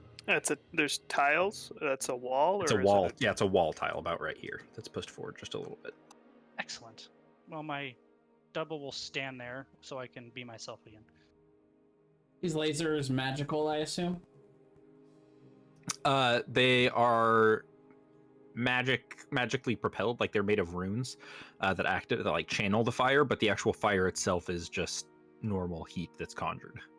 That makes Okay. sense. Can Or- I see the rune that is causing these lasers? It's buried in the wall. It's kind of like like an Agnasnar Scorcher deal, where it's like fire comes out of a certain point. But I'll say sure, yeah, Can I attempt to cast Dispel Magic on it? sure. Yeah, you can dispel magic one of them at a time if that's something you wanted to do. That's a lot of spell slots. Hold on, Tokaran. I'm wondering if that switch on the wall turns these off. Yeah, I was gonna ask, are these switches right here, or are No, those I'm just thinking this decoration? here. Those this are not switch switches. here. Alright. I'd like to walk past my friends and through those two, and then down this hallway. Okay, make 2 acrobatics checks. It's going to be a DC 12 for each laser you pass through, so that's going to be 2. Failed and failed. Do you have absorb elements? I do, actually, yes. Well, you're going to take 14 fire damage, and your strength and dexterity are reduced by 1 for 1 hour for each beam that you failed. Oh So- no. Alright, hold on. That You I mu- have to adjust. You're going to -2 strength and -2 dex. Well, I don't care about the strength. The dex I care about. I will absorb elements for half of that, so I'll take 7. Are- Or is it are 6, boots- I guess? Sorry, go ahead, Boots. I was just gonna say, are Boots and Decorin short enough they could just walk underneath him? You know, I'll give you guys advantage if you want to make an acrobatics check through them. I'd like to look at this switch. I'm hoping. Does That is it, just looks like a piece of wall that's pushed out slightly. okay? I'm gonna interact with it. Push it in. Whatever it looks like would be. There you go. That's all I got. You were right. When they go down, I'm gonna start walking over this way. I went to make a perception check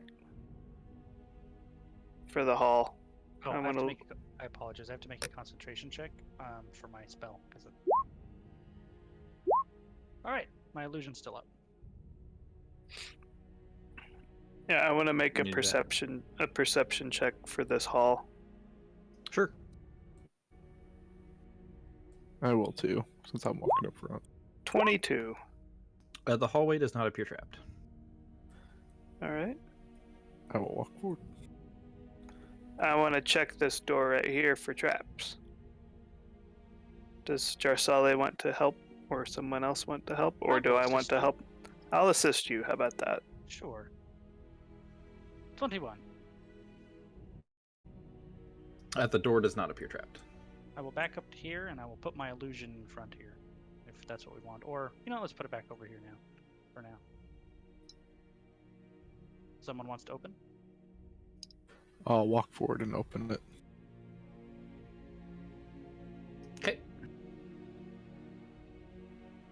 You know, it's kind of funny that they have fire beams against fiends. Isn't it though?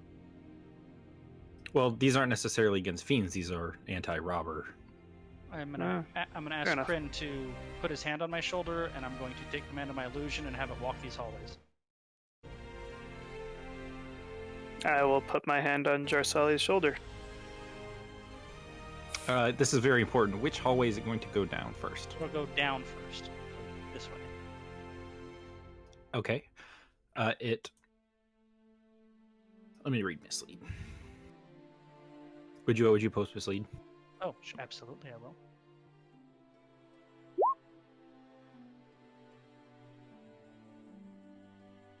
Oh, I was actually invisible. If it makes, I suppose it wouldn't have made any difference with the laser beams, though. It's illusionary, right? So it's not physical. It is not Okay. physical. Right? Okay, so it continues downwards through this way Mhm. Until eventually it hits a beam down here that seems very different than the other beams. All right. And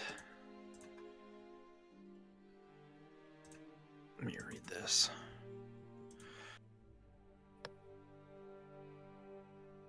I guess it wouldn't affect your double, so you're good. Yep, and I can see and hear through it, so as it senses. So I'm gonna have it keep going. You're gonna continue down.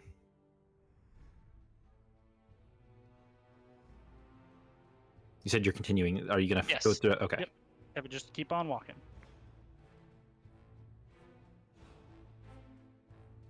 Oh, you see another beam there?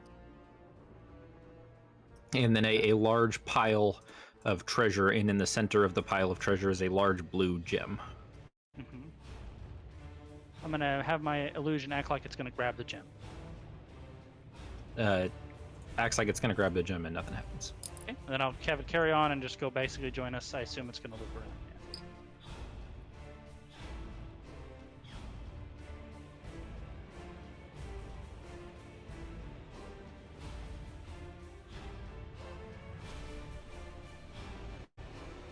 All right, Rogar, I think I found some of the things. If you want to check it out, but there was nothing in there to clear out. It didn't appear to be so. Yes. What's this thing directly in front of us? That Right is here. a small grate on the ground. Not really sure where it goes or why. I will stop here, and I want to look around and see if I just see anything else that the illusion might not have hit. Make a perception check. I would like to do the same. Sure. 22. Rogar, you don't spot, but where are you guys looking specifically? I'll say you can do like one direction of the hallway at a time if you want to do that. I would have looked.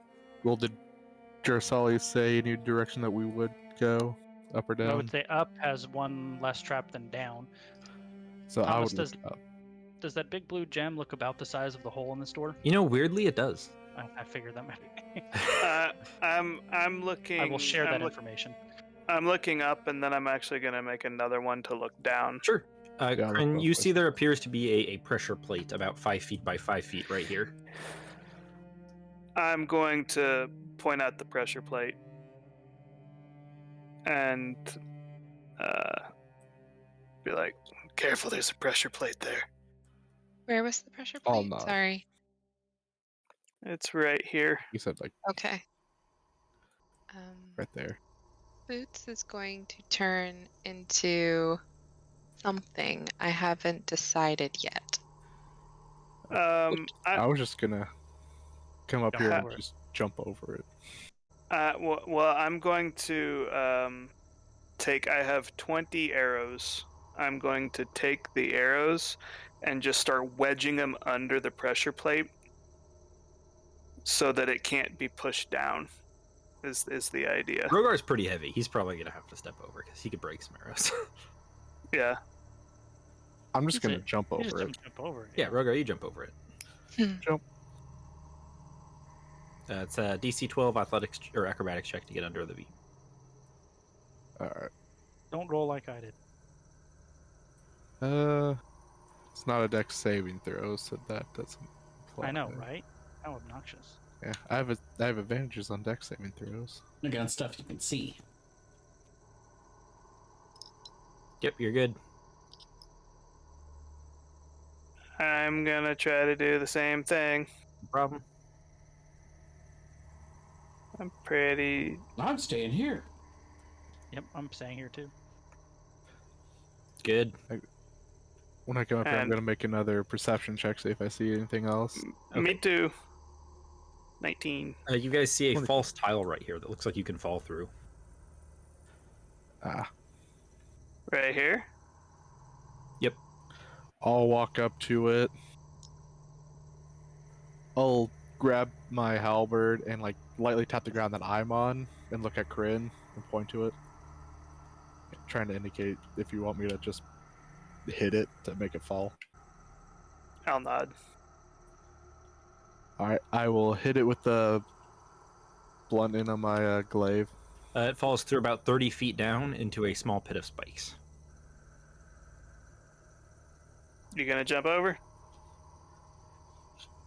Yeah, first I'll look back at Kryn and kind of put out my hands and then motion to like throw you over, if you want. I'll shake my head no. Then I will jump over. And when there's space, I will jump over. And you mentioned the blue gem, right? Yes, Ryan? it's on top of about a 15-foot high 15-foot high pile of gold. Yeah, I there's- specified that I think we need that, yes. There's approximately 7,000 to 8,000 gold pieces in here in a big pile, and the gem's on top. I'm going to tell Rogar to wait. I'm gonna take Cool. I'm gonna take a look in the room too, but 14 not great. But I'm going to take my rope and fashion a lasso, and I'm going to try to lasso the gym from here. Okay, what's the rest of you doing? Are you guys moving up, or are you staying back there? Stand back I'm here. waiting until it seems like we're needed, basically. Yep. Yeah, I guess. Okay, you hook Have around the my- gem. Go. Sorry, what are you saying, Rogar? I have my glaive ready in case something appears. Okay. And Yeah, hold it you back. you rope around it, and you begin pulling, and the gem doesn't seem to budge. It seems like almost like it's like either buried deeper than it looks, or it's stuck somehow. But it doesn't I'm seem to be gonna budging. pull my gun out and hand the rope to Rogar. I'll grab the rope and I'll pull. Okay, so everybody's staying where they are right now. Mm-hmm. Boots. Yes. Okay. Are you gonna shoot the gem? I'm not shooting it. I gave the rope to Rogar. He's Yeah. a lot okay, stronger cool. than me. Oh, okay, I gotcha. Yeah, I'm pulling the rope. Go ahead and pull. Pull. Athletics. Athletics. All right. I gotta roll something. We're not rolling great tonight. No, we're not. Rogar, you lasso the gem and you're pulling on it. It feels really tight. You get all your destroyer muscles into it, and you feel your feet start sliding forward, almost like it's pulling you back. And you can either be pulled forward towards it, or you can let go of the rope. I'll look at Kryn and just let the rope slide a little bit to like show Kryn that it's pulling back. And does the gem look like it's moving? The gem looks like it's sinking into the pile, and it's pulling Rogar with it. I'm gonna shoot my gun into the pile of gold. Okay. Does a 29 hit whatever it might be? You blast a whole bunch of the gems away, and you hear a horrible sound, and several purple tentacles emerge from the pile of gold, spilling coins everywhere. Roll initiative. I'll I yell, figured. "We gotta Oh, fight!" When I heard the gunshots, I figured that was the cue.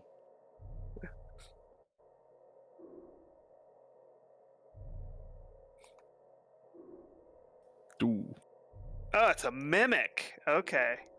it's a horde mimic, and it rolled a nat 20 for its initiative. Yeah, it did. That's not cool. Courtesy of the latest Wizards of the Coast book, Fizban's Treasury of Dragons. It's the Horde Mimic. I knew I should have raged before I pulled on the rope.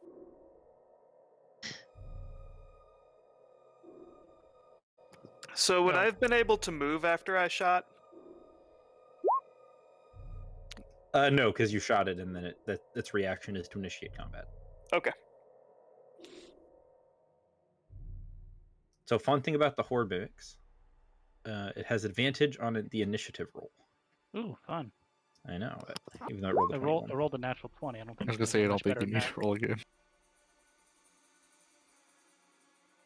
Is everybody in here? Hmm? All right. The Horde Mimic, a massive mouth emerges from the gold. You see several glowing yellow eyes as the squid-like mouth comes out of the gold, and it goes and it spits a caustic mist towards Kryn and Rogar. 68 damage. Ooh. And be blinded. Ooh. Nasty. I am going to use Indomitable. So I can roll that again. Because there's no- Fucking, are you serious? God, that's our- I have that's a our plus nightmare. 8. Yep. Alright, well, what happens to me? I'm blinded take- until the end of my next turn. How much damage 30. do I take? You take 30. You're not gonna roll it? So take roll. the new thing that roll 20 Oh, yeah. does is if it's I see it. yeah, it rolls, so it's rolled in there. If you Ooh, hover that's- over 30, if you hover over 30, you can see what it rolled. It's a new roll 20 thing. Roll pretty well. Yeah, I did. And it took how much damage from you? 20 something? It 23. took 23 from me. Okay. Rogar. I will rage. And I'll move over here to allow for other people to get in, and I will attack it twice.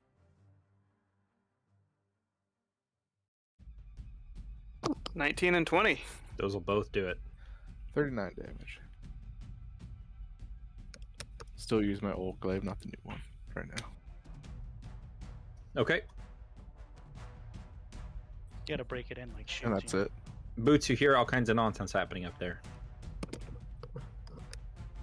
Yeah, I'm trying to figure out. I would have to dash to even get. We'll say the trap squares will count as 10 to jump over them. Ah! So you could go 50. You can go there. Yeah, but they cost 10 and my speed is 25. Well, if you dash, if you dash, you can go 40. You can get right here. Yeah. Yeah. And you have Well, to make an she could go acrobatics check with the 45. laser. Yeah, but I would have to make what, an acrobatics True, through the 45. laser, Yeah. buddy. But I get advantage Because we're small, yeah. because we're Yes. 80 buddies. And And you have Cosmic Omen if in case it goes poorly. I know, right? Okay, I'll just do that. Maybe should have used that for Jarsali earlier, come to think of it. Oh well. Hindsight For is what? 20/20. Yeah, when what do she ate the lasers and they drained her Oh. decks. But Yeah, I forgot about that. hindsight's 20/20. Not a big deal. Yeah, so I have 40 feet, right? Okay. Oh. I will try and go through. How many? I have to make an acrobatics? Yep. Yeah. DC 12 acrobatics. 2 acrobatics or just one? Just uno. Boo! You have advantage. Oh right, I have advantage. Thank God. You're good. Okay, and then I'll get right up here, Okay. and I'll yell to Kryn. You okay? Kryn's like holding his eyes.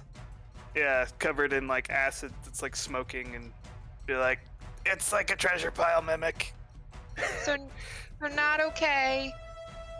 Been better. Okay. And that's my turn.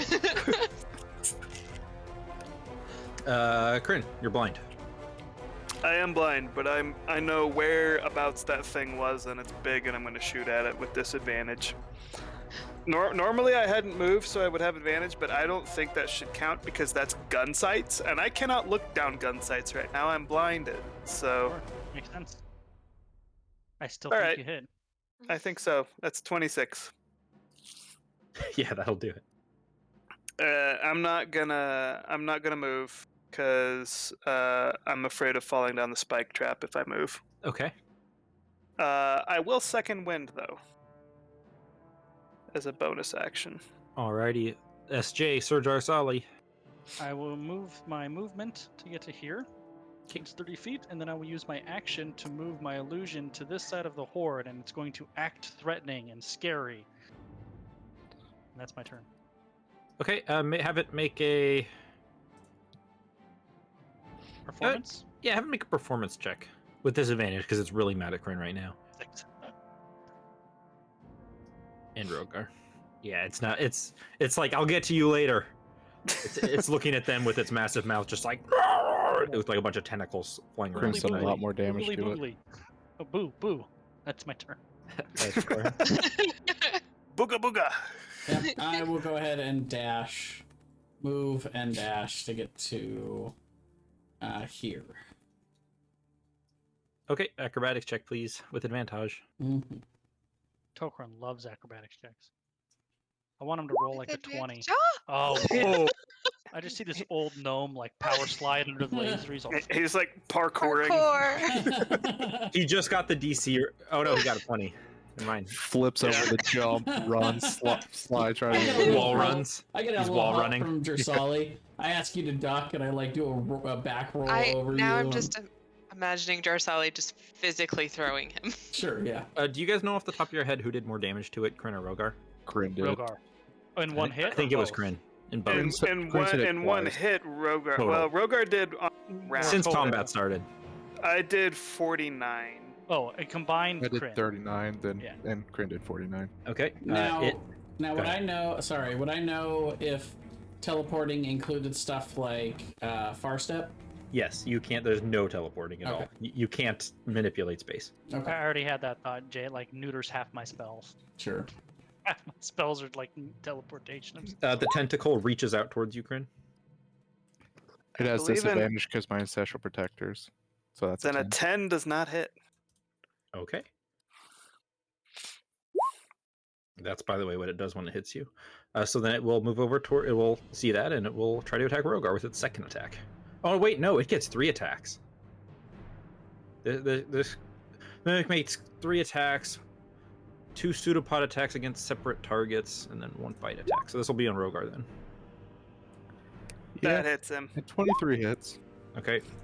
For 11 damage, and you are pulled into it, and then its third attack is always a bite. So it pulls you into its maw. This is gonna hurt. Yep, 20 hits. Fortunately, mostly piercing. Well, this creature automatically hits a creature grappled, and it's already been grappled. Yeah. If you get grappled, that's bad news bears unless you're Rogar. Yeah. Even if you are Rogar, it's not great. And you are restrained. I am restrained. And you have disadvantage on breaking the restraint, it says. Yep. But you're a barbarian, so I think you would normally have advantage. So I think it's probably a straight roll. Yep, or you can attack with disadvantage. So how much damage is that? That's 31 from the second attack and 11 from the first. Yeah.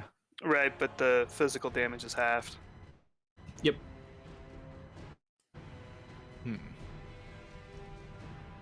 Do I just want to sit here and attack it? You're gonna eat a guaranteed bite unless it dies, but then again, the chances are it'll hit you with another pseudopod. Yeah, I'm gonna sit here and just attack it. Since I already know it. Since I already know it's gonna automatically hit me. Actually, would I know that? I mean, You're basically, yeah, you're inside its mouth, and you know that it can close its mouth on you at any time. I'm gonna recklessly attack then. I would say that's how you would know that. Out not metagaming is that you're in its mouth, it can bite you. So 16 and 19. It is a 15 AC, so both of those hit. Nice. And my first one, since I have a brutal and it did max damage, I could roll another d12. Ooh. So another 3 damage on top of that. So 21 plus 16 is 37, plus 3 is It's 40. 40 damage. And that's the end of my turn. Birch. Oh. Actually, I do want to use my. Oh, never mind. That's it. All right.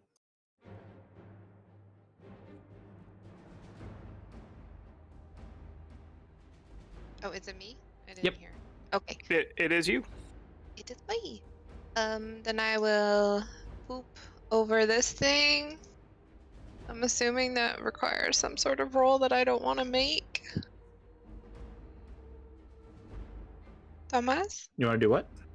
I want to boop Nope, you can over move that over. thing. No problem. Which costs Okay. 10 feet. Okay. And then I will pop my head out. I'll scooch, scooch, scooch around Kryn and pop my head out and go, ooh, that doesn't look nice.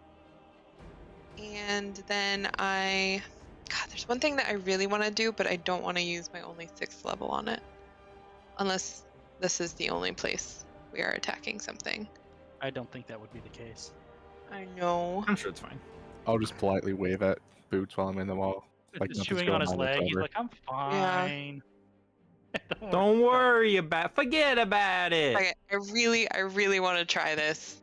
And I'm kind of curious what Thomas will think of it. Can I do that? And will it hurt Rogar in the process? Because of the 6 pillars of stone to burst from a place within the ground that you can see. Each pillar is a cylinder that is a diameter of 5 feet, height of 30 feet. Each pillar is an AC 530 hit points. Is the roof higher than 30 feet? I am trying It to is smush lower than 30 feet. Cool, cool, So cool. she's trying to just make a cylinder that just shoves this thing into the ceiling and crushes it. Yes, that is exactly what I am trying to do. I feel like it doesn't have great decks. Yeah, I will allow it. Each pillar is a diameter of 5 feet. I think only one on a creature is fair. I don't think you can like hit the same creature multiple times if it's bigger. I think Well- you might have an argument that it would take more than one pillar to do it, but the Yeah, damage would probably be the same. because Yeah, I I was- think that's insanely strong. If That's what I was gonna say. Because I think the creature is larger, one pillar couldn't do it, so I would have to use multiple. But I would think that just because damage what is you're normal. calculating is the impact, and that would be one. It rolled a natural 20, and And it's still not can't enough. Not enough. Awesome. So it has yeah, a 1 dexterity. So 21. And it's restrained. Yes, it is Grendel- smushed against the ceiling, and I will use my archer. Gold form on coins it. are just falling out everywhere around it. Grendel, I take just 12. have to say for the record that now I'm envisioning Boots in an Arthas costume shoving Frostmourne into the ground, and there being like multiple stones flying up with this music in the background. Beautiful. I'm guessing. That was a very 12. cool, Nicole. Good job. Thank you. A Do 12 I doesn't need hit. to? Nicole, since we don't ever do this, you can take an inspiration. 'Cause That was Nice. cool. We need to start doing that more. I always forget to do that. Do I need to make a dex check for the damage or anything? No, I don't think She that- could have that's missed fair. you. Yeah. You're still she up, could- and you're still up in its junk, though. Probably squish it benign enough to actually hit me inside of it. Yeah, is that it for you, Boots? Yeah, the 12 didn't hit. No. Yep, then that was it. Oh, that's gonna do it. It explodes. It just explodes in a gold pile, and you guys are showered with coins. All of the coins immediately begin to melt and disintegrate into horrible, twisted pieces of metal. Boots is gonna see if she could catch Rogar. Well, I immediately just roll off in case the pillars continue to try and go up. Boots, make an athletics check. I think she can drop it. Yeah, she can drop it. I think. Sorry, athletics. Yep. Seven. I see her enemy, and I'm gonna use an acrobatic check to kind of like jump off Glitter. the wall to miss her. Sure. Nope. Flat. Amazing.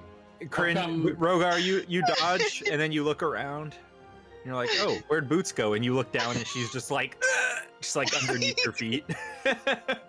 She's like, I gotcha. Ow. Is the gem that was on the thing still there? Yes, the gem is tumbled to the ground. Okay. I come running around the corner. Okay, I'm ready. Oh, all right. Well done, everybody. It was a gold pile mimic. Interesting. So, Are And there it didn't any, drop anything other than the gem. shards of metal, like scrap metal. Yeah, all the coins that fell turned into useless pieces of metal. Are the lasers still up? Yes. I'm gonna look Okay. around for any like switches that Oh. Solly saw. You see Yeah. a similar switch to the one in the other room on this wall over here. On I which will wall? go press it wherever it's All at. right, all of the lasers shut off, and you hear several clanking sounds as the pressurized axes that were here have also fallen and are now hanging uselessly. Oh, good. When I come back up here, I'm Oh, I gonna love this Thomas. This one here. That looks so cool. Yeah, it's pretty cool, huh? kneel down and gesture to Decorin to have me pick him up to jump over. Yeah, sure. I will grab Decorin and just jump over. Hey, this reminds me of the first time we met in that Skaven cave. I'll nod. Get back over here. Come over. Well, thank you. Kryn, would you like to do the honors, or would you like me to do the honors?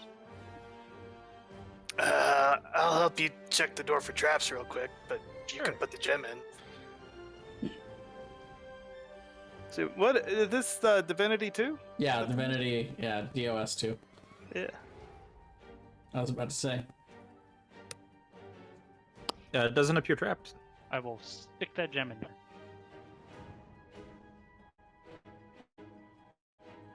I'm just sitting in the back of the line, like, they're all up front ahead of me.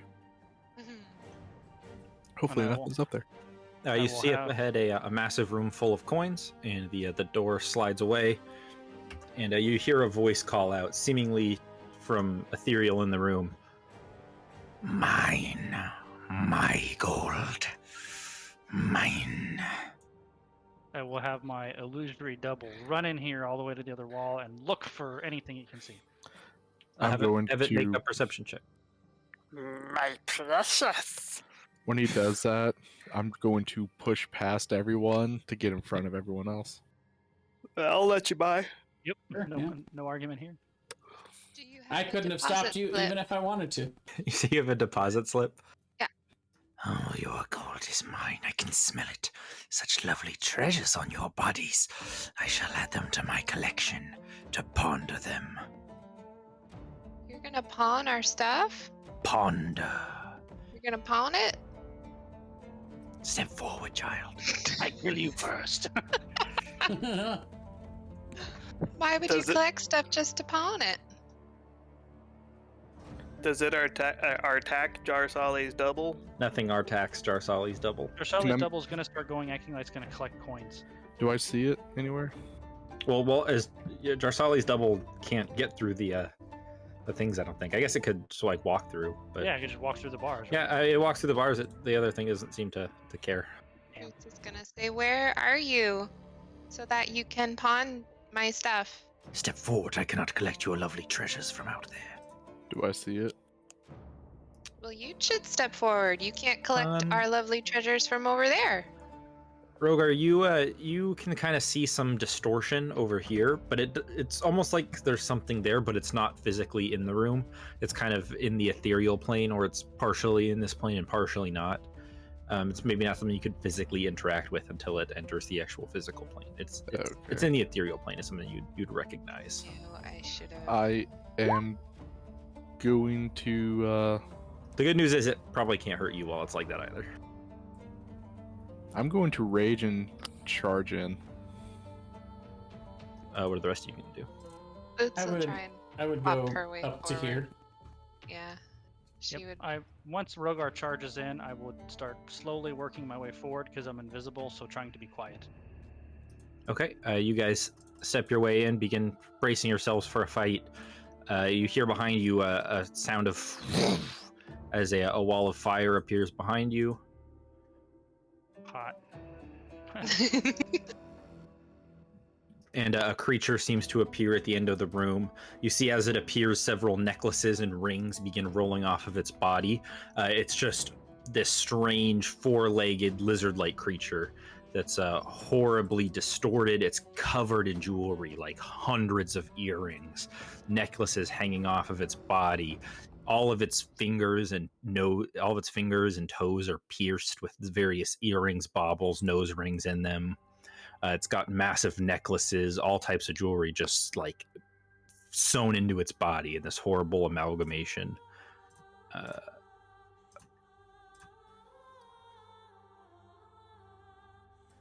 Oh. And you said the distortion was. Oh, okay, I would have been back here then. Because I would have only wanted to get like within 10 feet of where I saw the distortion. And this is a greed fiend.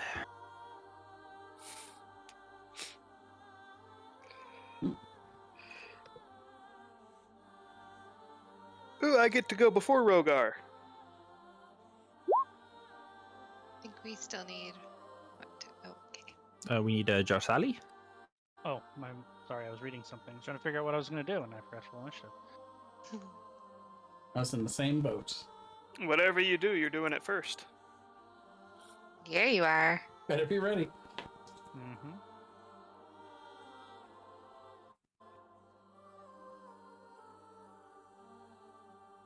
All right, Jarsali. How All right. far away from it are you? That 30 feet? That is 30 feet exactly.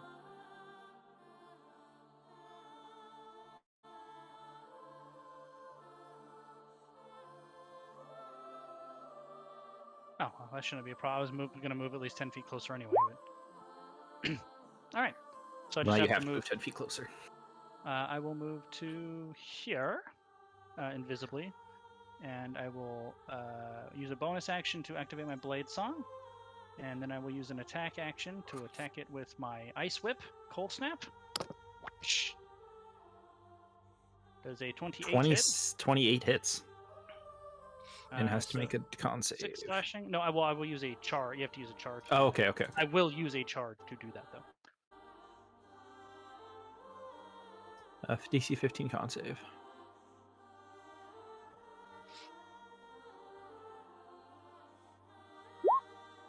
Okay, so its speed is halved instead. And 1 second here. All right. Oh, that's not what I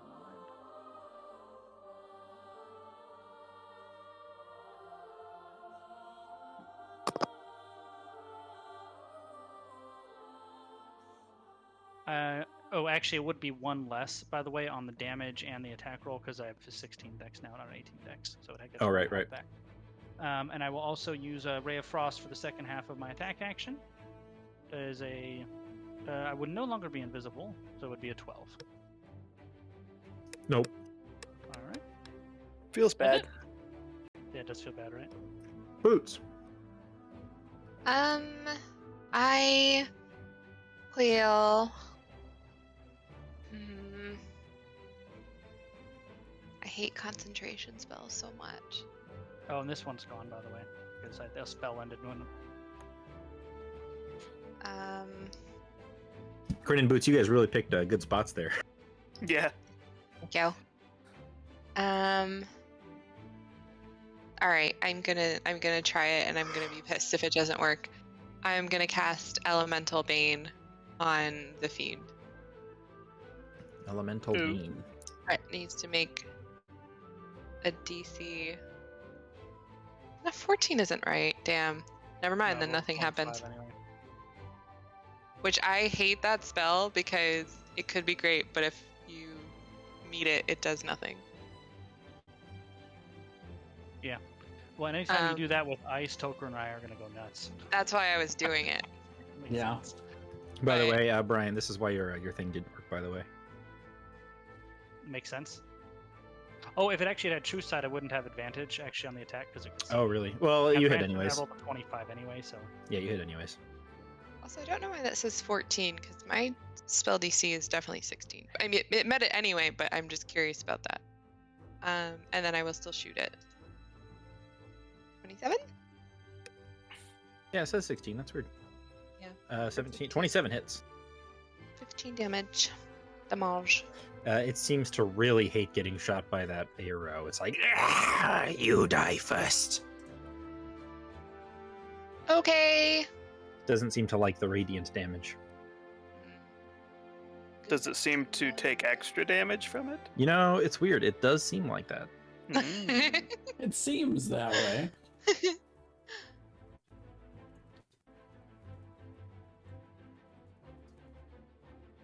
Is your turn complete, Nicole?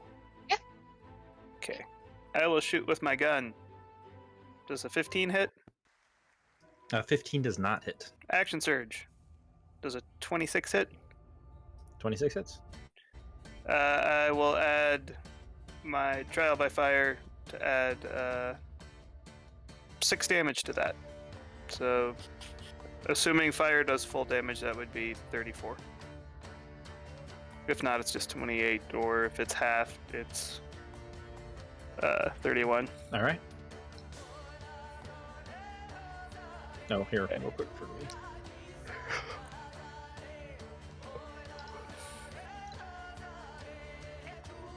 Oh, never mind. Don't worry about that. Okay, is that it for you, Kren? That's it. And Rogar. just for a reminder, I know you probably already know I have this, so. Okay. What is this? Oh, That's from The damage. Witcher. Damage dealt via firearm upgrades also ignores resistances and immunities. Yep. So the fire damage would not be halved if he's resistant to it. I Mhm. just realized that. Okay, that's it for me. I will. Okay, attack here, just for non-metagaming purposes, you guys currently have 3 full rounds left before you can beat the rolls that I did for Tatiana's crew. So you guys got 3 rounds to kill it. I think we can do that. So it, yeah, okay. Well, since it said Boots is gonna die first, I am going to recklessly attack it twice. Okay. 24 and 18. Both hit. for, what's that, 18, 21, 31 damage. And then I will bonus action Daunting Roar. Has to make a wisdom saving throw or become frightened. Damn. Yeah, This thing's got saves. Dude. Yeah.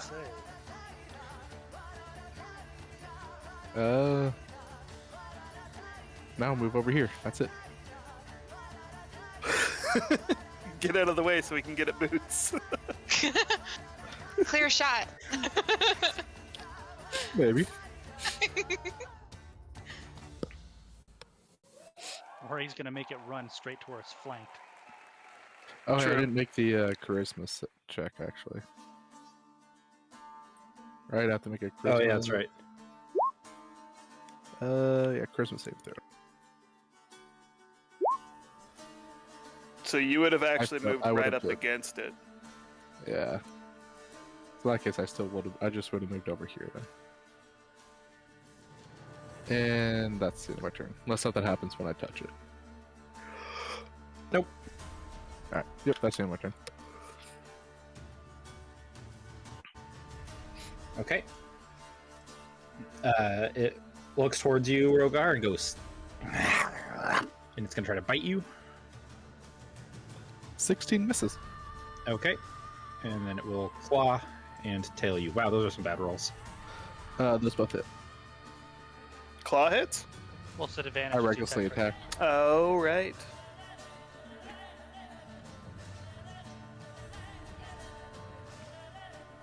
And it will move to here.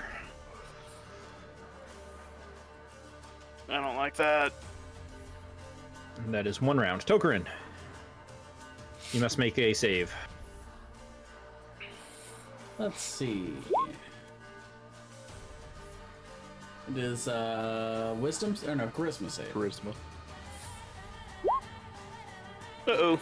So by the end of your turn, you must be 10 feet closer to it. Yep. All right.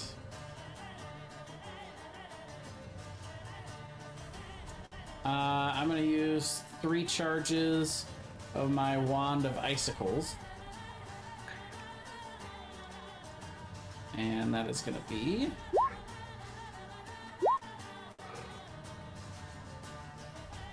Let's make 3 DC 14 dex saves. Yeah, even its deck saves are really good. Well, yeah, it's It's like good. a snake creature. It's got 3 saves that are like +8 though. That's So nuts. it'd take 5, 9. You should see its charisma stat, Aaron. Yeah, so Why- I mean, 5 it's pretty damage, likable. 9 damage, and then 4 damage. And as a bonus action, I will go ahead and put an ice barrier on Jersali. Okay. Let's see.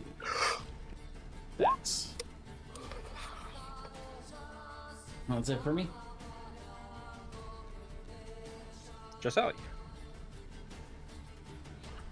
I will move to here. Didn't want to use that on me. So you already have it.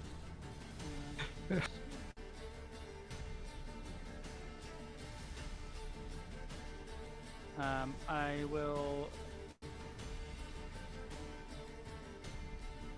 will cast Jarsali's Brigal, and then for my bonus action from that, I will attack with Cold Snap. Does a 22 hit? Yep. And then I will also use a charge, so it takes 8 damage total, 5 slashing, 3 cold, and it needs to make a Constitution saving throw or have its speed reduced to 0. Wow. Good lord. And that's it for me. It's got a +6. I know. Boots.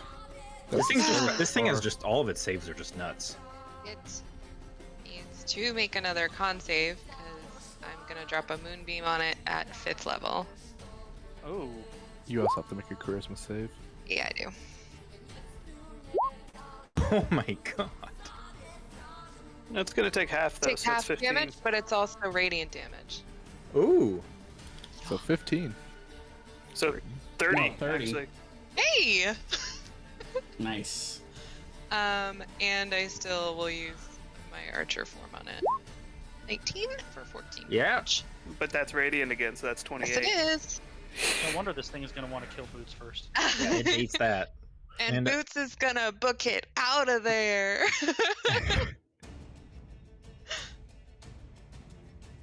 Kryn. Rogar doesn't like that. I will gunfire at it. I cast Does it- gun. Does a 24 hit? 24 hits. 27 damage. Ooh. That is it for me. Don't forget your charisma save. Oh yeah.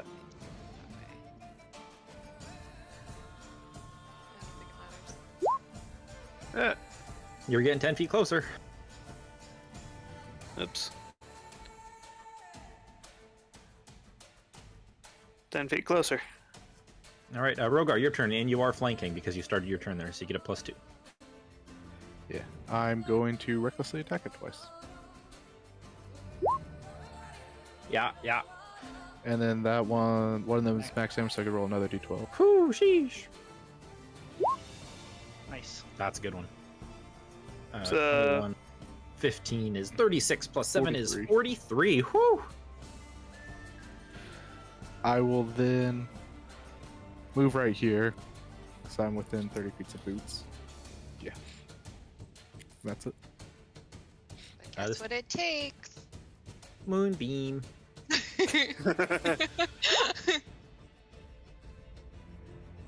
So that'd be 30 again. Oof. It's going to take a bite at Jarsali. At disadvantage because of my special protectors. Whew.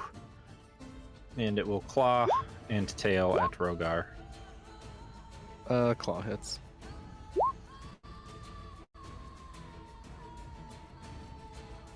Uh-oh, I'm below half health.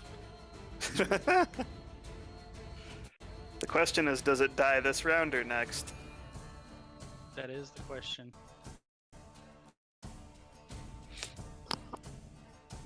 Definitely not getting through one more round. Hang on, I'm reading something on his sheet.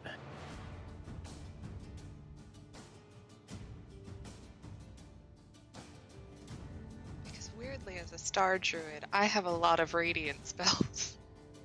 I mean, that makes sense, except for you're a ranger. Oh, that's true. You're right. Damn it. I must take everything back. Let me select one creature. The creature must make a saving throw. So once it drops below 30 hit points, it can cast Hold Monster at the end of its turn on one creature as an escape attempt, but there's nowhere for it to go. So this is going to Okay. be this is going to be at Rogar. Now, is it casting the spell? Yes, it is casting a spell. Counter spell. Okay, make your check. It's going to be a 15 spell check. Okay. Unless you elevate the spell level. Boots also use. Failed. She's gonna use a Cosmic Omen, but that does not matter. So Rogar, make a DC 17 Wisdom save. Hey! All right, to Corin. Let's start with this.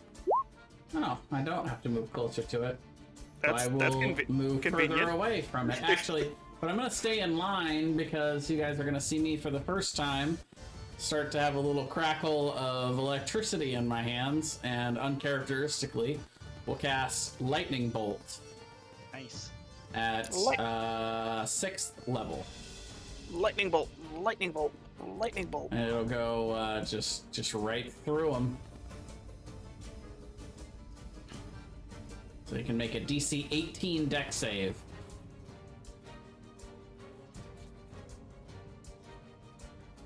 Won't be surprised if it makes it. It failed. Ah. 38 damage. Oh, it only has a 2 dex. And it's dead now. It has less 30 hit points. Zap. You just zapped into nothingness, and it disappears in a poof of smoke going back to the Nine Hells, or it's the Hellscape. There's no Nine Hells in this world. I take it back, and all that falls down is a dazzling green emerald like bracelet or a band. I'll go I will reach scoop it down up and and pick it toss up. it. toss it to Takorin. And I'll walk over and give it to Dakota. Yeah. So we should probably book it on out again unless there's Yeah. anything else. Yep. Yeah, we're Scoot, scoot. running back to the front. Okay. Sprinting. Yeah. Scoot, scoot. Yep. And I have a current speed of 50, I think. So I'm sprinting fast. Oh wow, you're Yeah, faster actually than me. give it to I only have 45. Drasali, and she's the one that's running it to the goal line here. You guys make your way out into the foyer. The doors shift aside, and Before I you go out, go I ahead. want to make sure my armor changes back into the dress. My hair is down, and if I'm sweating at all, I want to pat myself down so it looks like I didn't exert myself at all. Do you have prestidigitation? No, but I'm sure Tokarin does. I do. Yeah. Do I look bloodied at all? Absolutely. Since I took a lot of damage. Yeah, probably a little bit. Yeah. What was that? I'm going to use the bath potion that Drasali gave me to pretty much look like brand new. That way, it looks like we went through this without a hitch. Okay. Wow, that's a good use of that potion. Nice.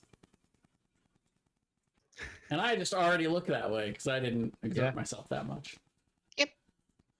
You guys make your way out, and there's some light applause by the few staff there. And about 5 seconds later, the other door slides open. You see Tatiana stomps her way out in a huff. She doesn't look exerted, but the people around her do. And you see one of them is carrying half of a torso of one of the other people who went in there with him. Oh. And Tatiana just throws a gold coin at the guy, or a bag of gold at the guy carrying him, and says, "Give it to the families, I guess, idiot." She I'm just guessing. walks over to you. You did. Good job. I'll walk over. Is she still carrying the corpse and she walks over to us? No, one of her lackeys is carrying the torso. I'll walk over and kneel down and give a silent prayer to it. She just looks at Drasali. Yeah, good job. You did it. Well, I mean, yeah, of course. Really wasn't a fair competition. I hope you survive the process, Lady Drasali. From what I hear, the chances of you making it through are slim. They I'll get walk slimmer every day. Is down my she prayer and I'll telling walk the back truth? and just stand right behind Tatiana. She What- seems like she's telling the truth. Is there something more behind what she's saying? Do I gather that? I get. Make it with a 23 insight check. It seems like a threat. Like I'm gonna make sure It's something a happens. threat. You're just not sure if it's like She's I'm bullshitting or carrying she's out on true. this threat, or I'm threatening you because I'm mad. Fair Boots enough. Boots is gonna ask, do you have any advice on like not having an eye? Tatiana's finger like twitches on the trigger of her gun, and then she throws her half cape over her back in a huff, and then stomps out. Oh, it's a charming girl. I'm gonna say she doesn't have advice. Maybe she's not handling it well. Bye. Do you have any advice on not having an Oh my eye? Wow. I'll I'm going to audibly laugh a little bit when she says that as she's storming out. I'll congratulate Jarsali and say like, well done. Looks like you got the gig. I hope you don't end up regretting it. Me too. I honestly have very mixed feelings about this. And I'll actually go outside, and if Tatiana's still out there, I will offer her a cigar. And just say, bad break, it was close. We only beat you by about 5 seconds. Yeah. You guys had a better crew than I did too. I just had some guys I threw together because I don't work with people like you guys do. Should be lucky for what you have. I haven't found a group of people I trust like you guys seem to trust each other. Well, you don't seem to let anyone close. Yeah, I like to keep people at a distance. It's easier to shoot them that way. Oh, I can relate. Sorry for what I said earlier about, that guy you were looking for. I probably didn't kill him because I don't remember him. I found him. You didn't. I'm almost glad. I want to insight check that. Sure. She seems like she's having a vulnerable moment because she's sad. He failed again, Thomas. I know. This is the first time you've seen her not just be an outward smug douchebag. She seems like she's really upset that she failed again. So she's not being nice, but she's not being totally horrible either. Interesting. During the True Seeker process, would they have just done it to her one eye, or would they have given her another eye to replace? Interesting question. Give her a mechanical eye. How Or many magically eyes do made they give one. people? Is Darsalia going to come back with like a spider face with like 8 eyes? Well, I'm assuming it's just the two of them talking, right? It's just Corinne and her talking outside right now, and you guys Yeah, are receiving praise. Well, I will say, let me buy you a drink. Make a persuasion check.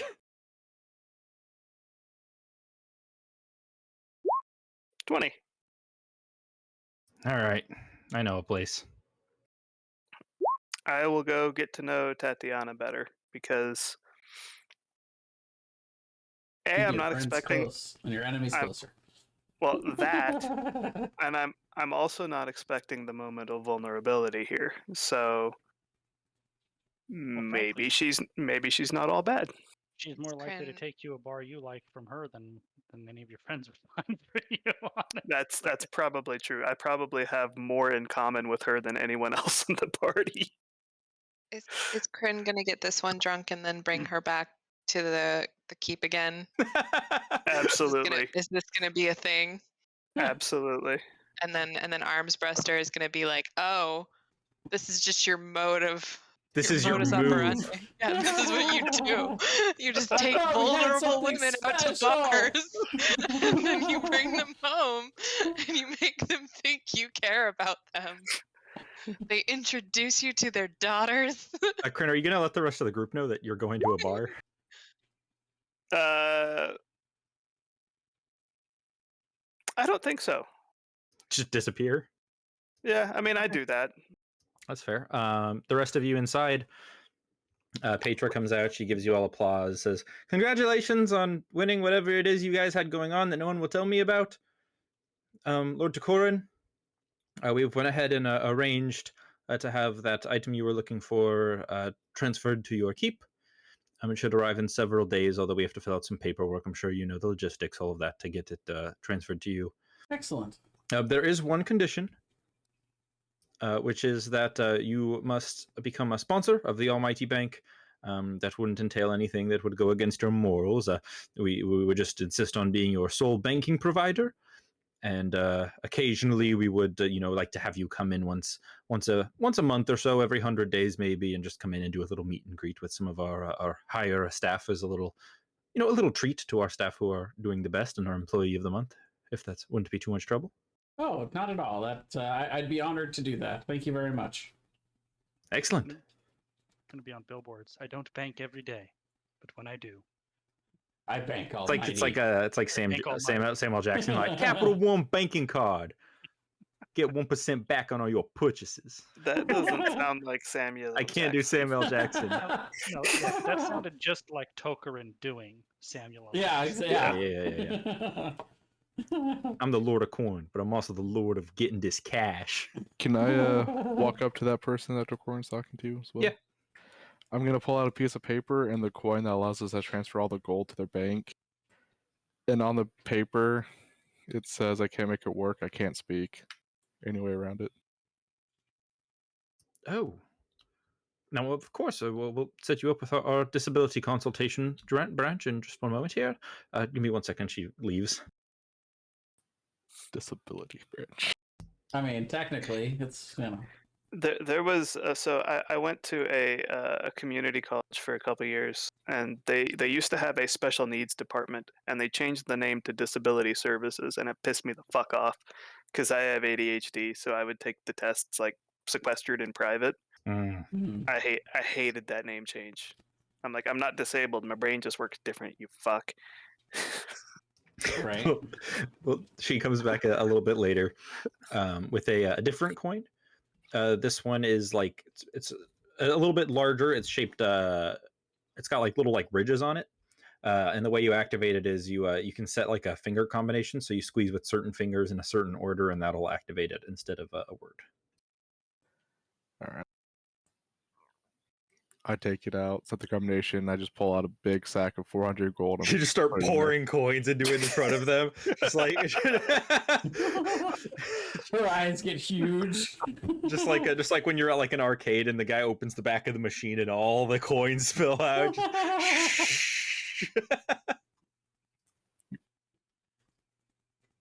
Everyone just is staring at you. And then I shake her hand. She shakes your hand as well and just kind of gives you a nod of respect. You see Helbrim out. The rest of you see Helbrim's outside, and he's looking around like really confused. Like he's like, well, "Where did she go?" And she's talking to the lackeys. "Oh, would you put that down?" And he pushes the soldier corpse out of the other guy's hands. "Where'd she go?" As soon as he does that, I stomp over to him and pick up the corpse, and I glare at Helbrim. "Oh, I apologize, good sir. I didn't mean to offend. I'm apologize. I'm a bit heated today. Didn't sleep well. The best ever. Irritable bowels. Irritable bowel. Just like a string of bad excuses. Boots will be looking for Kryn because she remembers him coming outside and doesn't know where he went. Once he says that, I'll stop staring at him. One of the soldiers is just like, "Hey, boss, I saw them walking off, Tatiana and the one with the white skin, like the real white skin, that weirdo. I saw them walking off together. Probably off that away, whatever direction that is." And he goes, "Well, north, south, east, west." Well, he's like, "Well, if you're looking on a map, it'd probably be up and right."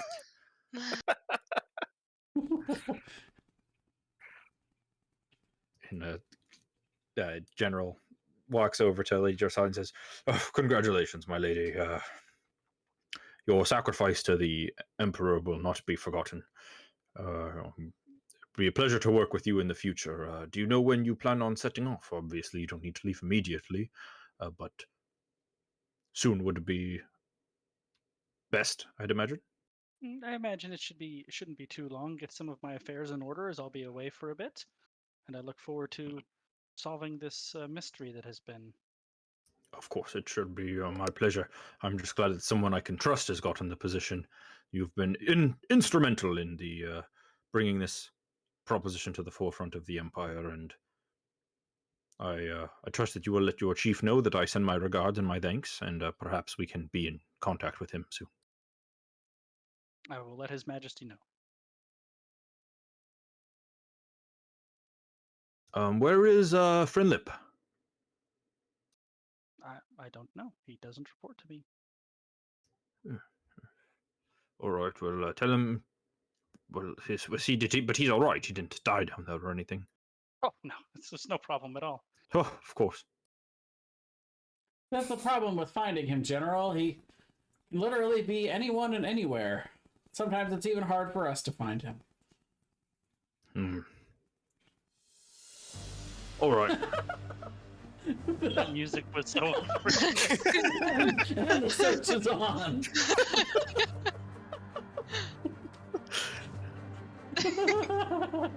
He doesn't like that, but he also doesn't seem to put two and two together immediately on that one. I was about to say, Jay, you were implicating me. No, that's the thing about Kryn. He could be you. He could be you in a convoy. Like, you never know.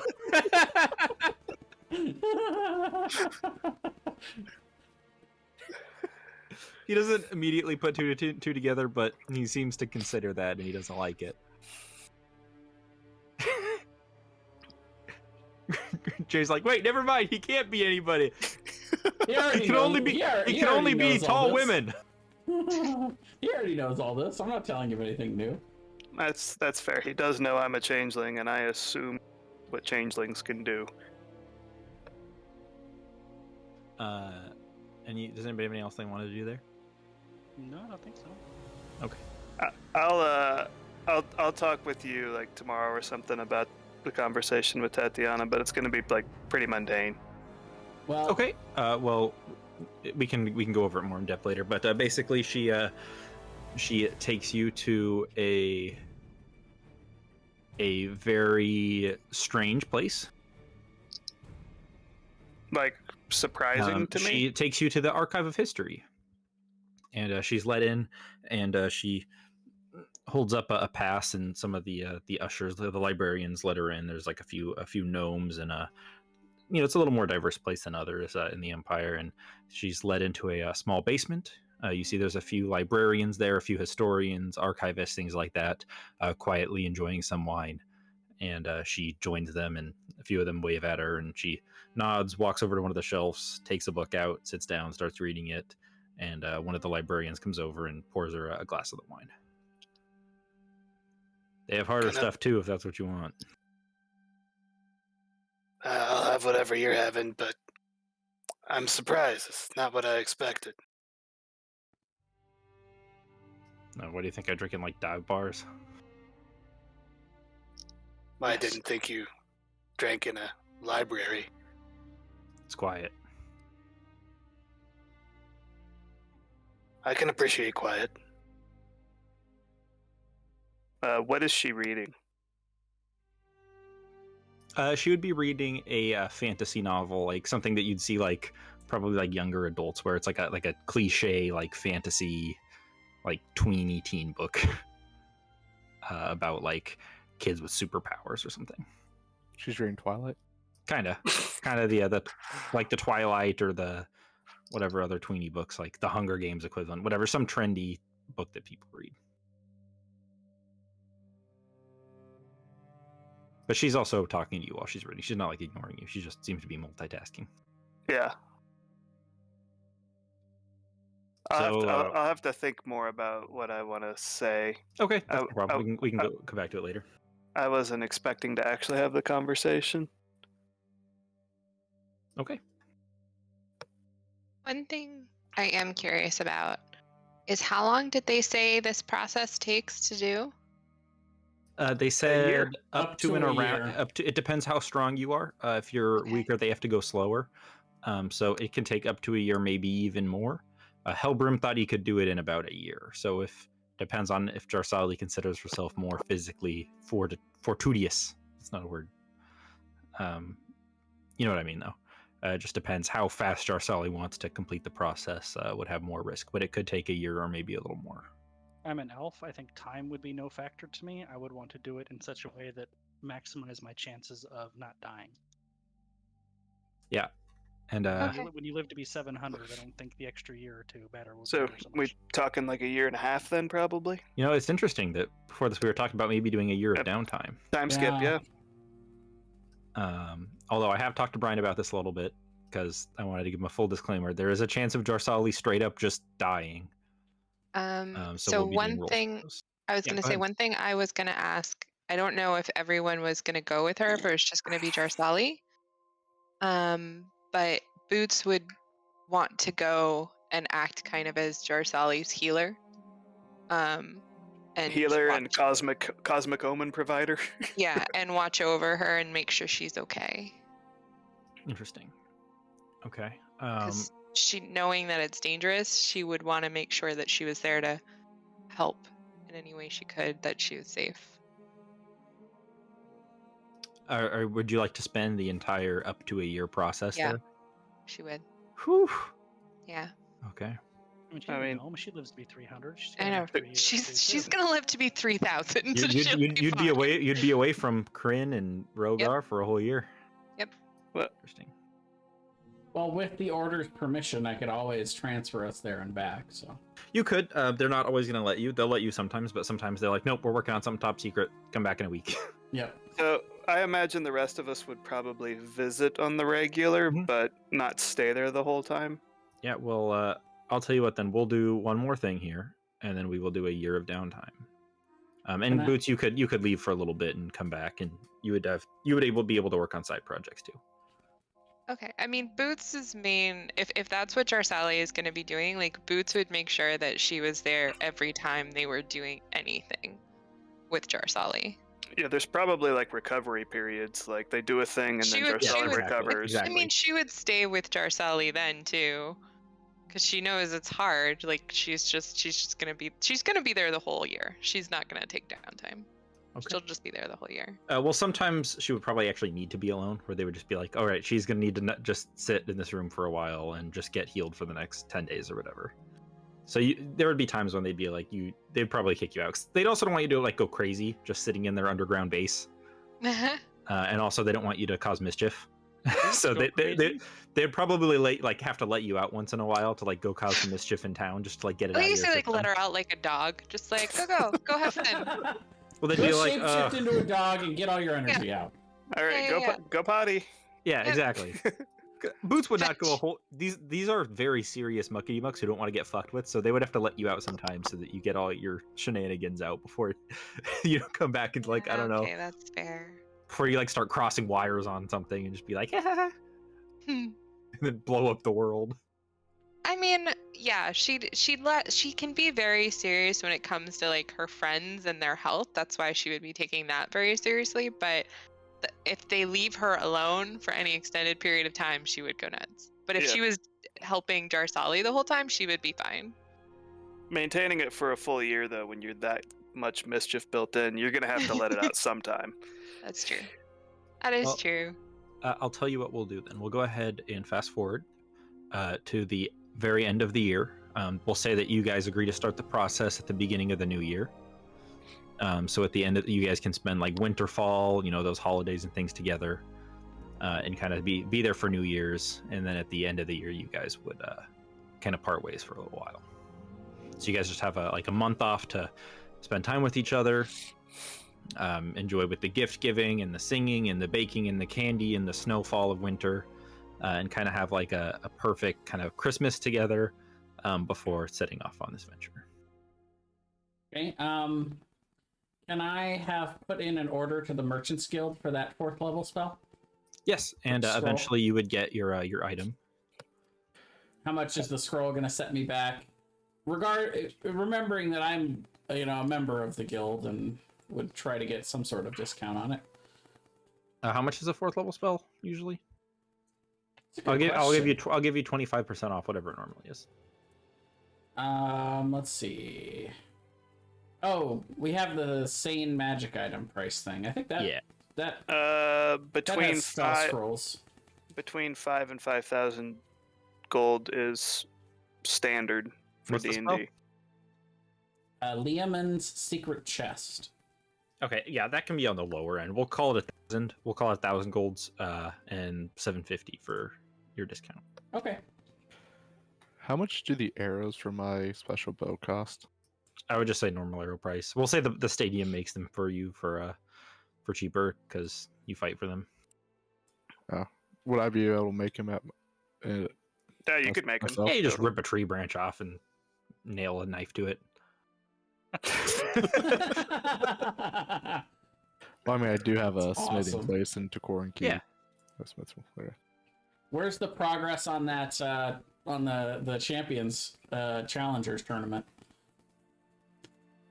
That would probably happen during downtime. Hang on one second. That might be something we actually do at the beginning of next session because I don't have it. It's Sure, yeah. complicated. But Yeah, that's fine. before the year of downtime, we'll probably do that. We can do 'cause a time skip. There is about 100 days till the end of the year for you guys to just enjoy winter. Winter's like your month off. And then we'll do a year of downtime. But this month is kind of like friends together. And we'll say that Rogar, there is a young lady who is rising up in the fight pits in a big set of armor. And she's going around fighting people. Someone who uses a sword and a dagger. They don't seem to have any really magical abilities. They're just a solid fighter. It's a very petite lady, but she's very strong, very fast. And you go see her a few times, and she's just knocking everybody down. She goes by Aldana, and people start calling her Aldana the Challenger, as she just rises through the ranks, just undefeated. And we'll have a championship bout with her at the beginning of next session. Does she look dexy or does she look strong? She looks very Dexy.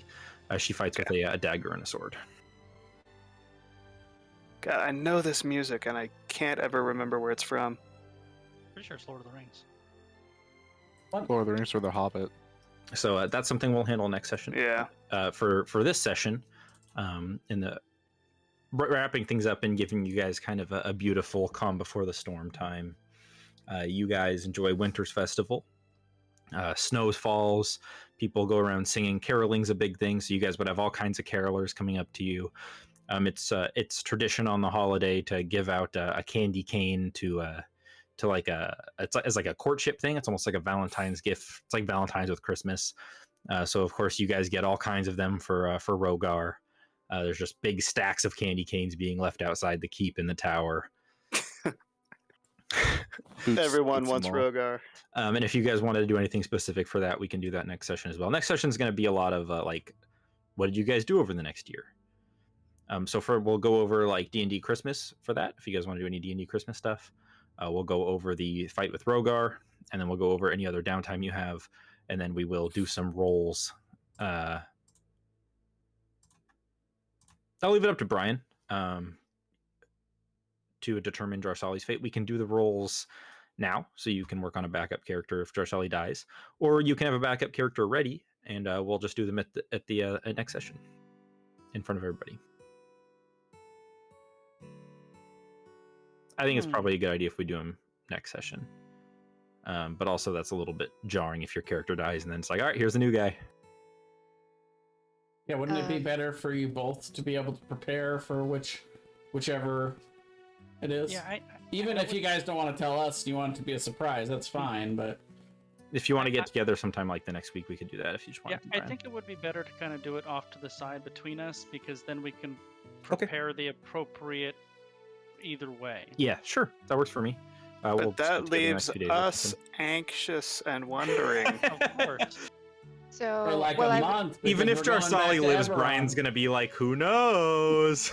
That is no matter what, I'm going to introduce to a new character that I'm playing, and you guys aren't going to know one way or the other. It might just be the one I'm playing for 5 minutes. One thing I will You say would never do that. is Boots would use, she has 4 cosmic omens, and she actually has 4 a day. So I don't know how that would work, but she would use them if needed. So Like on every roll. The rolls are pretty complicated. Yeah. Essentially, it's a series of rolls that have a threshold for each step of the process. So some of them are going to be Constitution, some of them are going to be Strength, some of them are going to be Wisdom, and there's going to be some other checks as well. And it's like you add up all your numbers, and then at the end, you either meet the threshold or don't. So for Cosmic Omen, I'll say at the end you can add a certain number. I don't know. I have to figure out how much I want to do for that, but you can add a good chunk. Yeah, I mean, I'm just saying, because like if you guys want to go off and do that separately, I'm just letting both of you know that that would be something she would be doing, and however you want to incorporate that. Yeah, I'll get into with you it. about that. I imagine if Jarsali did die, Boots would be immediately like revivify. Yeah, that's also true. She would. That's why she wants to be Interesting. there, is that she has revivify. She has a ton of healing spells, and she would make sure that she was spending every moment whenever Jarsali was doing anything to make sure she stayed alive. Really, Cool. that's why Well, she's there. I will come up with some substantial way for Boots to assist in the roles that we do. However, I want to factor that in. I don't totally know yet. I'll have to think about it. Yeah, no, that's why I'm telling you like now, so you can figure it out. I don't have to be there when you do the roles, but just if you want to take that into account, that Boots would be So, let me like have a- actively assisting in any way she could. There is one other thing that we could possibly do tonight, if other people don't mind. I was- honestly don't know if I can stay awake too much longer. I was promised that the auction house would open back up. We'll do that over the next All little right, while. I'll rather than sitting here and giving you guys a bunch of items and how much you want to buy and how much you want to haggle for, I'll just send something to the chat and we can do it that way. Yeah, I'm normally perfectly fine with playing late, but I haven't been sleeping Yeah. for like 5 days. So And you will over the next year unlock the next tier of your thing. Yeah, the timepiece, of course. And so we have a month and a year total, right?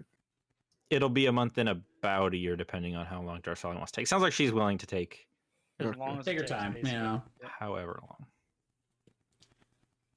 Yeah, it's important for me to know the days because they add up on my ink pen. Oh yeah, you're gonna have that ink pen's gonna have a lot of charges. Yeah. It Um, it's a money printing press. That's what we had bought it for. I was trying to remember if I had something, but I think I did, and then I forgot. Oh well. I'm gonna be spending most of the time crafting weapons and then selling them to make some money. Nice. I'll be looking for bounties probably, and if people want to tag along, they're welcome. That'll probably help Krim with the bounties. Yeah, that sounds fun. Do you work tomorrow, Thomas? Nope.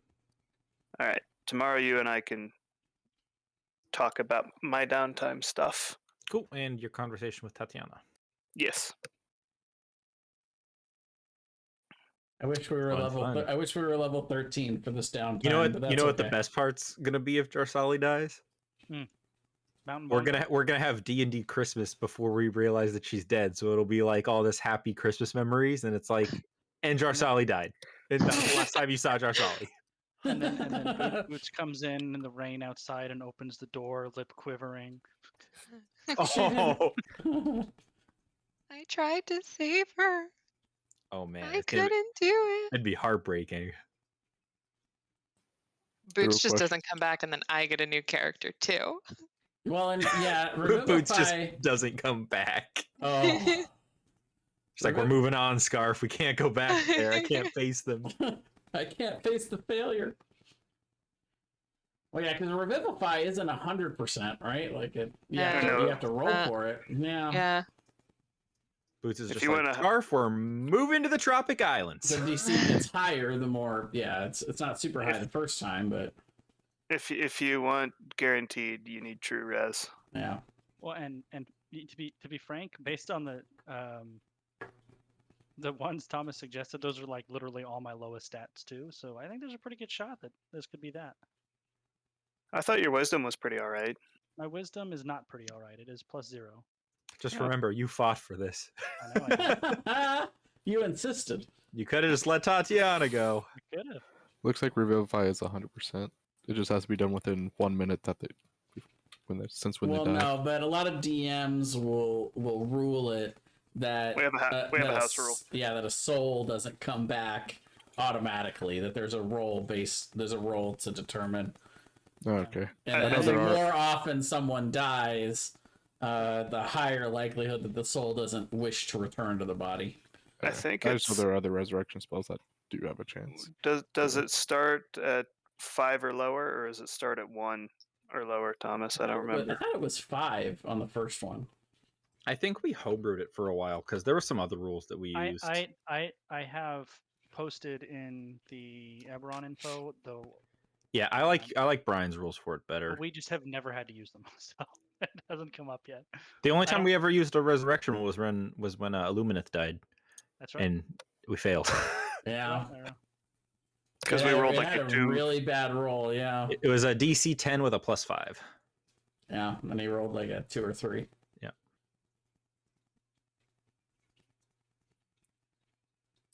For Illumineth rip.